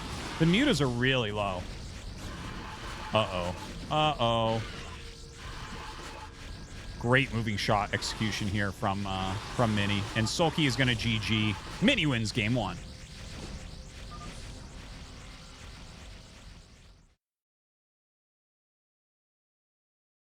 Okay, we're going into game number 2 here of the finals. It's going to be on Octagon. Sulky not looking too happy with that defeat. It felt like he had pretty good killer instinct for a moment, and I think he did have times he could have pulled the trigger a little bit harder and didn't quite do it. I honestly think if you put one of the more aggro Zergs in his place, like True, Zealot, Soma, one of these guys that like makes their living off of attacking rather than macro, I think there's a decent chance they kill Mini there. But yeah, Sulky, I feel like he just didn't quite have the killer instinct that maybe he needed to push himself over the top there. Either way, we're going to Octagon. Bottom right, we have Mini. And in the top left, we have Sulky.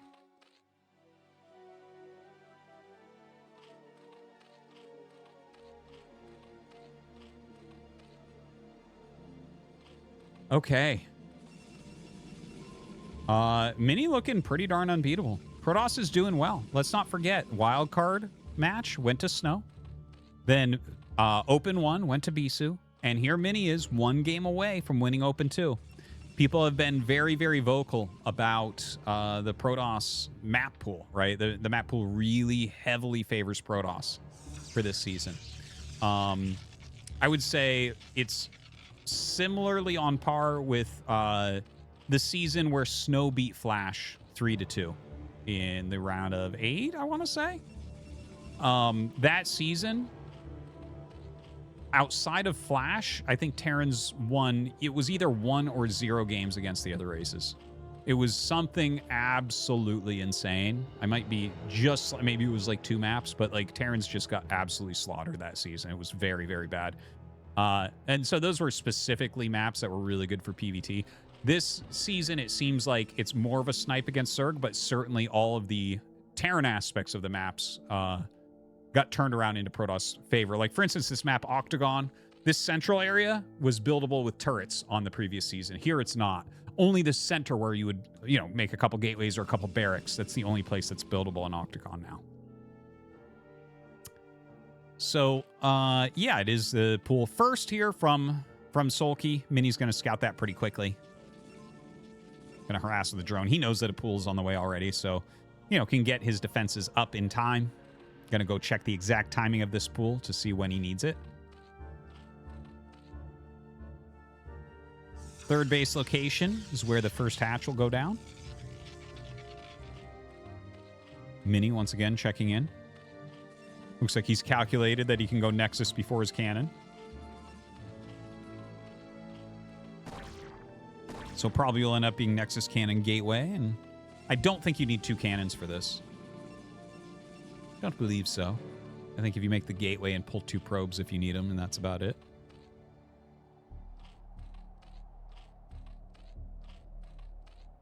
So yeah, nothing too much going on in this early game. And I don't think that there will be either. I mean, we'll see a Zealot walk out when he builds one, but that's about it.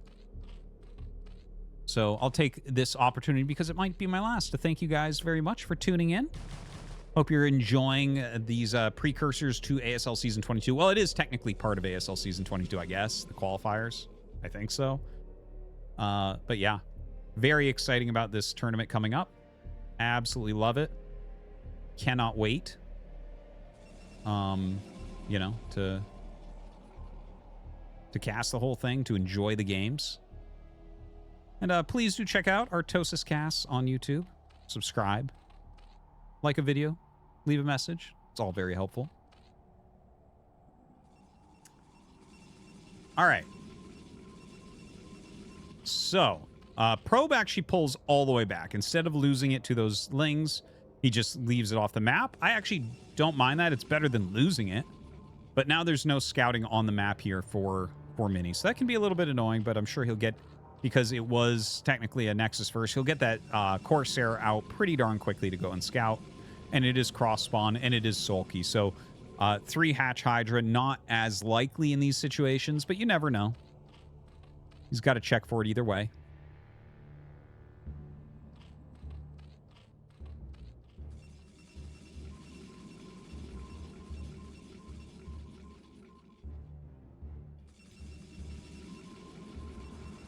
Citadel of Adun.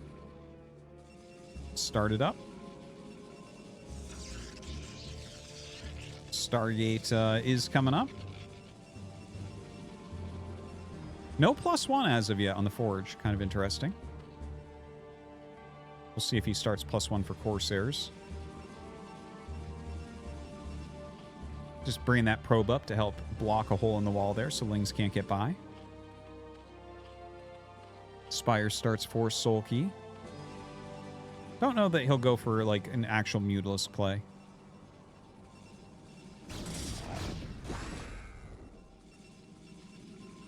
Little attempt to run in. Doesn't end up working out.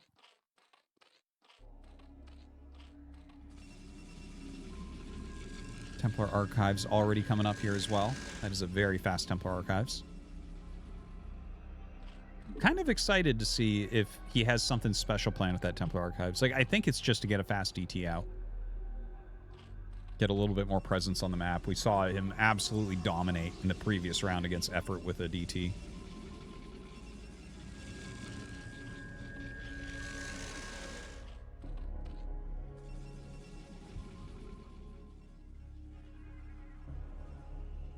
All right, Ling's being pushed back by the 3 Zealot move out. You know, the Zergling speed up, you do have to be very careful. Can't really micro your Zealots very much if a bunch of Speedlings come in and surround them.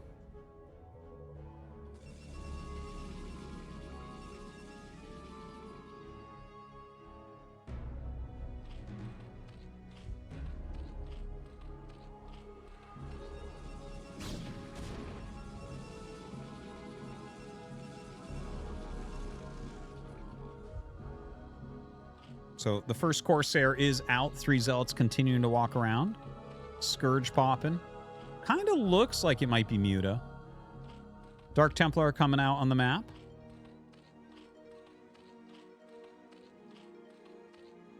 It does have 2 gases mining fully right now. I mean, it could just be for upgrades. We'll see. A few more Speedlings have come out now. Plenty to deal with these Zealots. Of course, +1 didn't get started, so... it's probably started by now, I would imagine. DT coming up to fight as well. Specifically assassinating a couple of drones. That's really well done. Oh my god. Seriously? What am I even looking at? Wait a minute, did he just go 3 Zealots and 1 randomly quick DT that now has 10 kills? What? He could see the DT the whole time, too. Just crushing. All right, this DT gonna go and hide a little bit. Damn, that is a lot of damage for this early in the game. Look at the supplies, 73 to 40. That is no good for Sulky.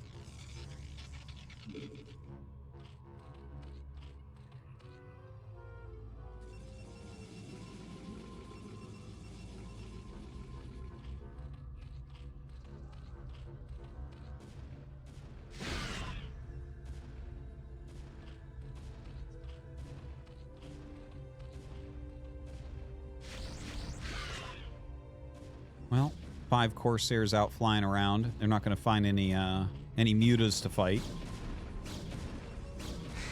Really kind of feels like Mini is crushing right now.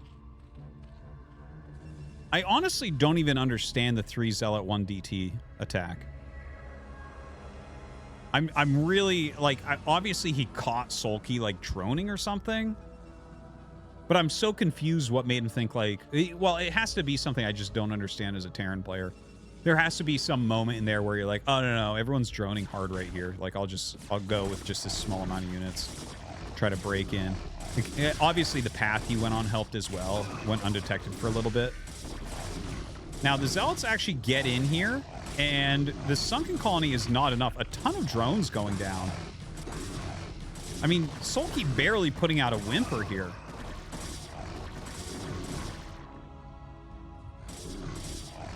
Like, Mini has almost tied this, or, you know, won the game completely. I'm trying to... tie it up doesn't sound right, but, you know, like, how you tie up a trash bag. That's basically what he's done here. It's time to throw Sulky's body into the river. Like, this is so incredibly over. Look at this. Zealots are absolutely everywhere. A ton of Corsairs going to come in and just start killing off Overlords left and right. Dude, Mutas pop. That's... like, seriously. The Scourge come in. They absolutely do nothing. The Muta's all going to die. The Drone's all going to die. The Overlord's all going to die. Drone's trying so hard to fight against Zealots here. Absolutely not working. Like, they're screwing up the attacks a little bit because there's so many of them in there. But yeah, the Mutas are all going to be picked off, like, so quickly here as well. Couple more Zealots going over to that 3rd base location.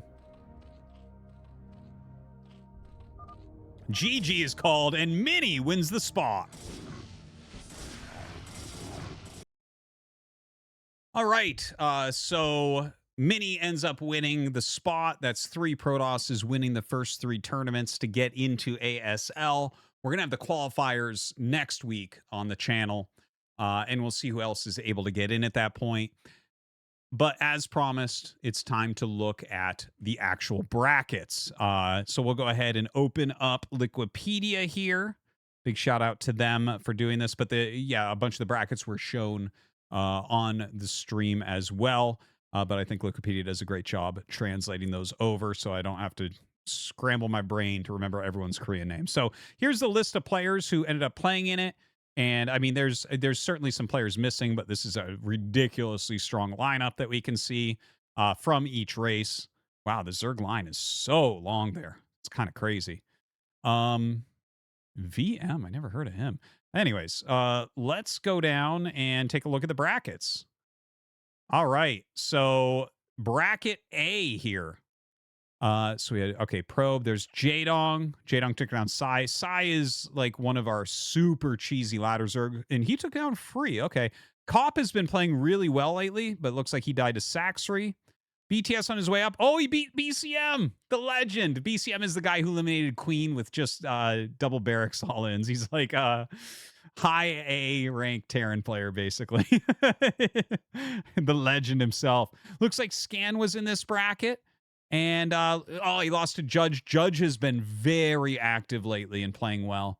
And it looks like Judge took out E15 as well. So a pretty good run there for Judge, where he died to Mini. Mini ended up taking out Sharp.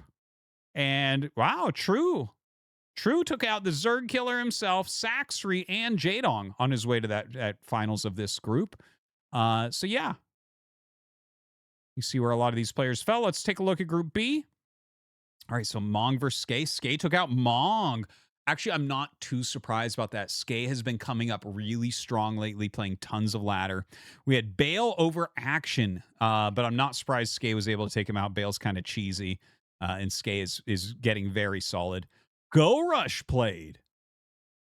The legend, Go Rush. It looks like Paralyzed took down Speed. That's a really nice match. I would have liked to see that match. But he took down Speed, and then Paralyzed took down Go Rush, and Paralyzed took down Skay. I'm not that surprised by that, even though Speed is really, really good. I mean, if you watch a lot of ArtosisCasts, you know Paralyzed is ridiculous right now. Then we have, this is Tulbo, a.k.a. Hero. Looks like he took down Calm, and then he lost to Effort. He actually beat Effort in the ASL Open last season. So nice little revenge there by Effort. Looks like Saber was down here. He was the ACS champion in the last ACS. Was taken out by Effort as well. Let's take a look at Group C. We had Sue over DeWalt. Great to see DeWalt trying, though. Royal over Absolute. And then Royal over Sue. And then Royal falling to Sulky. And Sulky also had to beat Bishop on the way. All right. Very solid from Sulky. Really crushing Terrans. Sock went up through Stork. And through Hero. All right. I tell you, I think Sock, this guy, he might end up being a round of 8 guy. I don't know. It's possible. Looks like Oregon tried his hand at it, but Hero was able to take him down. No big surprise there. This was a pretty stacked bracket, actually. Group C was pretty stacked. All right, Group D. Ooh, HM playing. I've been wanting to see how HM can do. He took down Best. Very impressive. HM, I used to cast HM games all the time. I don't know what he's up to. I know he's still active, but I don't see that many ladder games out of him. Maybe he's switched accounts or something. I haven't found him. Then down here, he did lose to Barracks. Barracks taking out, well, Harangi took out Biol. It's good to see Biol back. I've seen him around on the ladder a lot more lately. He was the original ACS champion many years ago. But Harangi lost to Barracks, who beat HM. And Barracks took out Ample, who we know is in great shape. Now, Iron, that's MC, the boss toss himself, lost to Ample. No big surprise there. Ample's like in really, really good shape. I would have liked to see Ample Barracks. That would have been fun. Ample took down Shuttle as well, who's been playing pretty well lately, I think. We have Gameo over here, lost to Shine. Shine lost to Rush. Looks like Rush beat Queen on his way. Okay, played Overclass and took out Shiny as well. Yeah, Queen, I've seen a few Queen games lately. Queen is still in very good shape. Queen is like a guy that might just come out of nowhere and win another ASL. Like, he's very good, just isn't getting the same airtime as some of these other guys. So there you go. Those are what the groups were. Many of the very top names played, so that's cool to see. A few upsets in there. Like, I think actually, in my opinion, I think Ample's a little bit better than Barracks, but I think Barracks probably, yeah, I guess he's had better finishes overall in ASL, but I do feel like Ample's a little stronger. Sad to see MC maybe not do as well in this tournament. Would love to see him get through. The HM versus Best, that's a bit of an upset. I think Best is still one of the absolute top Protoss against Zerg. So it's best of one, though. Anyways, guys, that's going to do it. I hope that you enjoyed. Thank you very much for watching, and we'll see you next time.